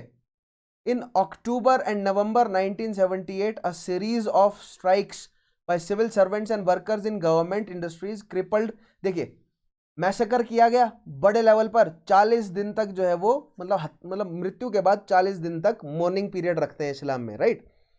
सो वो 40 दिन का मॉर्निंग पीरियड हुआ, उसके बाद अक्टूबर और नवंबर 1978 में जब बड़े लेवल पर जनता को मारा, तो जो शाह की सरकार के ही बंदे थे, जो सिविल सर्वेंट्स थे, उन्होंने ही शाह के खिलाफ जो है वो मोर्चा खोल दिया। जो जो जितने भी इंडस्ट्रीज थे, उन वर्कर्स ने जो है वो शाह के खिलाफ काम करना बंद कर दिया। यानी जो ब्यूरोक्रेसी है, जो सर्विस सेक्टर है वहां का, जो प्रोड्यूसिंग सेक्टर है वहां का, वहां के लोग अगर काम करना बंद कर देंगे तो ईरान की इकोनॉमी ठप पड़ जाएगी ना। वही किया लोगों ने, ठीक है, crippled the economy. The crisis deepened when oil workers struck at end of October, ठीक है। क्राइसिस तब बढ़ गया, ईरान की इकोनॉमी कहां से चल रही है, तेल से। तेल की कंपनी में, तेल के खदानों में काम करने वाले लोगों ने काम करना बंद कर दिया। क्यों? क्योंकि खुले तौर पर सिविलियंस का मैसेकर हुआ था। And demanded the release of political prisoners costing the government $60 million a day. Government को $60 million एक दिन का घाटा हो रहा था। अगर ईरानियन गवर्नमेंट को घाटा हो रहा है तो अल्टीमेटली घाटा यूएस को ही हो रहा है। An ensuing general strike on November 6 paralyze the country. उसके बाद जनरल स्ट्राइक, पूरे के पूरे देश के सभी जितनी भी सरकारी गैर सरकारी ऑर्गेनाइजेशंस थी, सभी ने स्ट्राइक कर दी, या मैक्सिमम ने स्ट्राइक कर दी 6 नवंबर को। इनफैक्ट जो शाह की सेना में जो लोग थे, उन्होंने शाह के खिलाफ जो है वो स्ट्राइक कर दी। कई जगहों पर पुलिस ने स्ट्राइक कर दी। पुलिस ने मना कर दिया कि हम जनता पर गोली नहीं चलाएंगे। सवाक फिर भी गोलियां चलाते रहे जनता पर 6 नवंबर को। इससे जो है वो पूरा का पूरा कंट्री, ईरान जो है वो पैरालाइज हो गया। अब ऐसे में शाह क्या करे, आइए देखते हैं ऐसे में शाह ने क्या किया। Even as some workers return to their jobs, disruptions of fuel oil supplies and freight transit, combined with shortages of raw materials resulting from a customs strike, largely kept economic life in the country at a standstill. देखिए 6 नवंबर के बाद धीरे धीरे workers जो हैं वो काम पर आने लगे, क्योंकि जो गरीब है वो ज़्यादा समय तक स्ट्राइक नहीं कर सकता, उसको आना ही पड़ेगा काम पर। लेकिन फिर भी स्ट्राइक काफ़ी बड़े लेवल पर चली रही, ठीक है। ट्रांजिट यानी जो लॉजिस्टिक्स है वो ठप रहा, इंपोर्ट एक्सपोर्ट ठप रहा, रॉ मटेरियल्स जो बाहर से आते हैं वो ठप रहे, क्योंकि कस्टम के लोगों ने, सरकारी लोगों ने काम करना बंद कर दिया ना। केवल आम जनता जो कि अनएम्प्लॉयड है, जो कि रूरल है, केवल उन्होंने ही नहीं, सरकारी लोगों ने भी काम करना बंद कर दिया। तो जो लॉयलिस्ट थे शाह के, केवल वही काम कर रहे थे। बाकी जो पूरी जनता जो उलेमाओं के साथ जुड़ी हुई थी, जो ट्रेडिशनल इस्लामिक लोग थे, जो कि ये अचानक से आई वेस्टर्नाइजेशन के खिलाफ थे, जो कि आई वेस्टर्नाइजेशन जो कि कहीं हद तक ठीक भी है, राइट, क्योंकि वुमेन मतलब एज अ इंसान, सभी मतलब एक सोसाइटी के सभी लोगों को राइट्स होने चाहिए ना। और ट्रेडिशनल इस्लामिक सोसाइटी में महिलाओं को राइट्स नहीं है अकॉर्डिंग टू शरीयत, ठीक है। और सुन्नी जो शरीयत है, जो शरीयत की जो सुन्नी डेफिनेशन है वो थोड़ी हार्श है। शिया की डेफिनेशन मान लिया कि थोड़ी सी लीनियंट है, बट स्टिल महिलाओं पर हार्श है वो। तो जो ये मॉडर्नाइजेशन है ये कहीं ठीक भी था, लेकिन शाह ने जो इतना रैपिड मॉडर्नाइजेशन किया, आम जनताओं के सेंटिमेंट्स का ध्यान रखे बगैर, यही मॉडर्नाइजेशन शाह के लिए शहादत का कारण भी बन गया, ठीक है। Now, despite providing rhetorical support for an improvement in human rights situation in Iran, ठीक है, देखिएगा ह्यूमन राइट सिचुएशन सुधारी है ईरान में, किसने? शाह ने। लेकिन पॉकेट्स में, छोटी छोटी जगह पर उसका बड़ा असर नहीं पड़ा ना। जो रूरल पॉपुलेशन है वो तो अनएम्प्लॉयड ही थी, और उलेमा जो है वो भड़काने में तैयार हो गए उन्हें, और कामयाब हो गए। द कार्टर एडमिनिस्ट्रेशन, कार्टर कौन, Jimmy Carter, US president, right, administration continued military and economic support for shah's increasingly repressive regime, even providing fuel for the armed forces and other security services facing shortages due to strike। देखिए Iran सबसे ज्यादा तेल produce कर रहा है और उसी को ही यूएस तेल दे रहा है। तो देखिए ह्यूमन राइट्स के लिए बहुत काम किया शाह ने, बिल्कुल किया, लेकिन वो इसीलिए किया ताकि एक मिडल वर्ग तैयार हो सके जो शाह का क्या बने, लॉयलिस्ट बने। और वो मिडल वर्ग जो है वो वेस्टर्न तर्ज पर एजुकेटेड था। वो जो मिडल वर्ग है वो इक्वल राइट्स के लिए डिमांड करता था और उनको मिले भी। और वुमेन उसकी, वो जो मिडल वर्ग प्रिपेयर हुआ ना, जो नया शाह का मिडल वर्ग डेवलप हुआ ईरानियन सिटीज में, उनकी जो वुमेन है उनको बहुत ज्यादा राइट्स थे। ट्रेडिशनल इस्लामिक सोसाइटी में उतने वुमेन को राइट नहीं है। तो जो मैक्सिमम पॉपुलेशन थी, जो जनरल पॉपुलेशन थी, उलेमाओं ने उनको अपने साथ इकट्ठा किया और शाह के खिलाफ खड़ा किया। क्योंकि शाह डेवलपमेंट तो कर रहे थे लेकिन ऑपरेशन भी था उस डेवलपमेंट में। उस डेवलपमेंट में जो ट्रेडिशनल इस्लामिक जो व्यूज हैं, ठीक है, जो ट्रेडिशनल इस्लामिक बिलीव्स और जो ट्रेडिशनल इस्लामिक वैल्यूज हैं, उनको खारिज किया जा रहा था उस डेवलपमेंट में, जो कि मेजॉरिटी ऑफ पॉपुलेशन को मंजूर नहीं थी। तो पॉइंट मेरा यहां पर यह है कि जो प्रोटेस्ट था क्या वो रिलीजियस था या शाह की डिक्टेटरशिप के खिलाफ था? तो आपका जवाब मिक्स्ड होना चाहिए। रिलीजियस भी था, ठीक है, और शाह की डिक्टेटरशिप के खिलाफ भी था, क्योंकि जो सवाक है उसने जनता की नाक में दम कर रखा था। और यहां पर सवाल यह भी बनता है कि अगर इंडस्ट्रियली डेवलप कर रहा था ईरान, तो उलेमाओं को समस्या क्या थी, तो जनता को समस्या क्या थी जब धीरे धीरे प्रोग्रेशन की तरफ बढ़ रहा था, जब जीडीपी बेटर हो रही थी? तो जवाब यह है कि शाह जो है वो कठपुतली था, केवल उतना ही डेवलप हो रहा था जितना सीआईए चाहता था, उनके लिए जितना ठीक था। क्योंकि जितना मिडल वर्ग डेवलप होगा उतना ज्यादा वो यूएस के प्रोडक्ट्स को कंज्यूम करेगा, चाहे वो मीडिया का प्रोडक्ट हो, चाहे वो किसी भी तरह का प्रोडक्ट हो, राइट। मान लीजिए कोको कोला है, कोको कोला तो वही पियेंगे ना जिनको कोको कोला के बारे में जानकारी है, ठीक है। आजकल कोको कोला के खिलाफ चल रहा है प्रोटेस्ट, ठीक है। खैर आगे बढ़ते हैं। Now despite thousands of unarmoured protesters being killed, हजारों के हिसाब से लोग मरे by the Shah's forces, the protesters numbers increased with as many as 9 million, 90 lakh Irani, taking to the streets in cities across the countries in largely non-violent protest। non-violent protest, जब तक आजाद नहीं हुआ तब तक non-violent था। जब आजाद हो गए, वो आजाद कहने का मतलब ये कि जब शाह का रिजीम खत्म हो गया, उसके बाद जो उन्होंने प्रोटेस्ट किया ना, उसके बाद जो उन्होंने वायलेंस किया है, वो भी अनप्रेसिडेंटेड है। The Shah suffering from cancer, अब देखिए शाह जो है वो कैंसर था उन्हें, इसलिए वो चले गए। उन्होंने सोचा कि ये तो ऐसे ही लड़ते रहेंगे, मैं भला करना चाह रहा हूं, ठीक है। देखिए शाह बैलेंस करने की कोशिश कर रहा था। शाह सीआईए की कठपुतली था, लेकिन शाह जो है वो ईरान को थोड़ा सा डेवलप करना चाहता था, ठीक है। लेकिन शाह एक्स्ट्रा वेगांजा में भी पड़ा हुआ था, अपनी भी इमेज जो है उसे ठीक रखनी थी अपने रिच मतलब जो पियरेज है उसके बीच। तो शाह की पर्सनैलिटी में कहीं दाग भी है और कहीं उसने ठीक काम भी किए हैं, वहां पर भी आपको जस्टिफिकेशन बैलेंस ही देना पड़ेगा। एक बैलेंस्ड जो है वो रिपोर्ट आप जो है वो पेश करेंगे शाह के जो पूरा रेन है उसके लिए, ठीक है। Now shah suffering from cancer at that time fled on January 16, 1979, शाह ने छोड़ दिया ईरान, ठीक है। And Ayatollah Khomeini return from exile 2 weeks later, Ayatollah Khomeini Paris से वापस आ गए 2 हफ्ते बाद। आयतोल्ला खोमेनी ने मेहदी बजारगन को प्राइम मिनिस्टर अपॉइंट किया, लेकिन एक प्राइम मिनिस्टर ऑलरेडी है शाह का, ठीक है। This establishing a parallel government to challenge Shah's appointed prime minister Shapour Bakhtiar with the loyalty of the vast majority clearly with the new Islamic government. Bakhtiar resigned on February 11th। तो बख्तियार ने February 11th में जो है वो resign किया और शाह की सरकार भी गिर गई, शाह भी भाग गया और उसकी जगह जो है वो खोमेनी ने जो है वो इस्लाम का कंट्रोल अपने हाथ में लिया और प्राइम मिनिस्टर बनाकर बिठाया किसे? शपूर बख्तियार को। और इस्लाम और ईरान जो है वो अब एक क्या बन गया? एक इस्लामिक नेशन। पहले भी इस्लामिक नेशन था, लेकिन अब सरकार जो है वो इस्लामिक कॉन्स्टिट्यूशन पे चली, क्योंकि अब इसके बाद 1979 के बाद जो है वो कॉन्स्टिट्यूशन शरिया पर बेस्ड हो गया लार्जली। पहले भी था, अब लार्जली बेस्ड हो गया शरिया पर, ठीक है। While the revolution had the support of broad cross section of society including Islamists, secularist, nationalist, labours, ethnic minorities, देखिए शाह के खिलाफ सब खड़े थे। अब ये जो पूरा प्रोटेस्ट है ना, ये पूरा प्रोटेस्ट ये नहीं कह रहा था कि हम इस्लामीकरण कर देंगे और गैर इस्लाम लोगों को भगा देंगे, हम नहीं।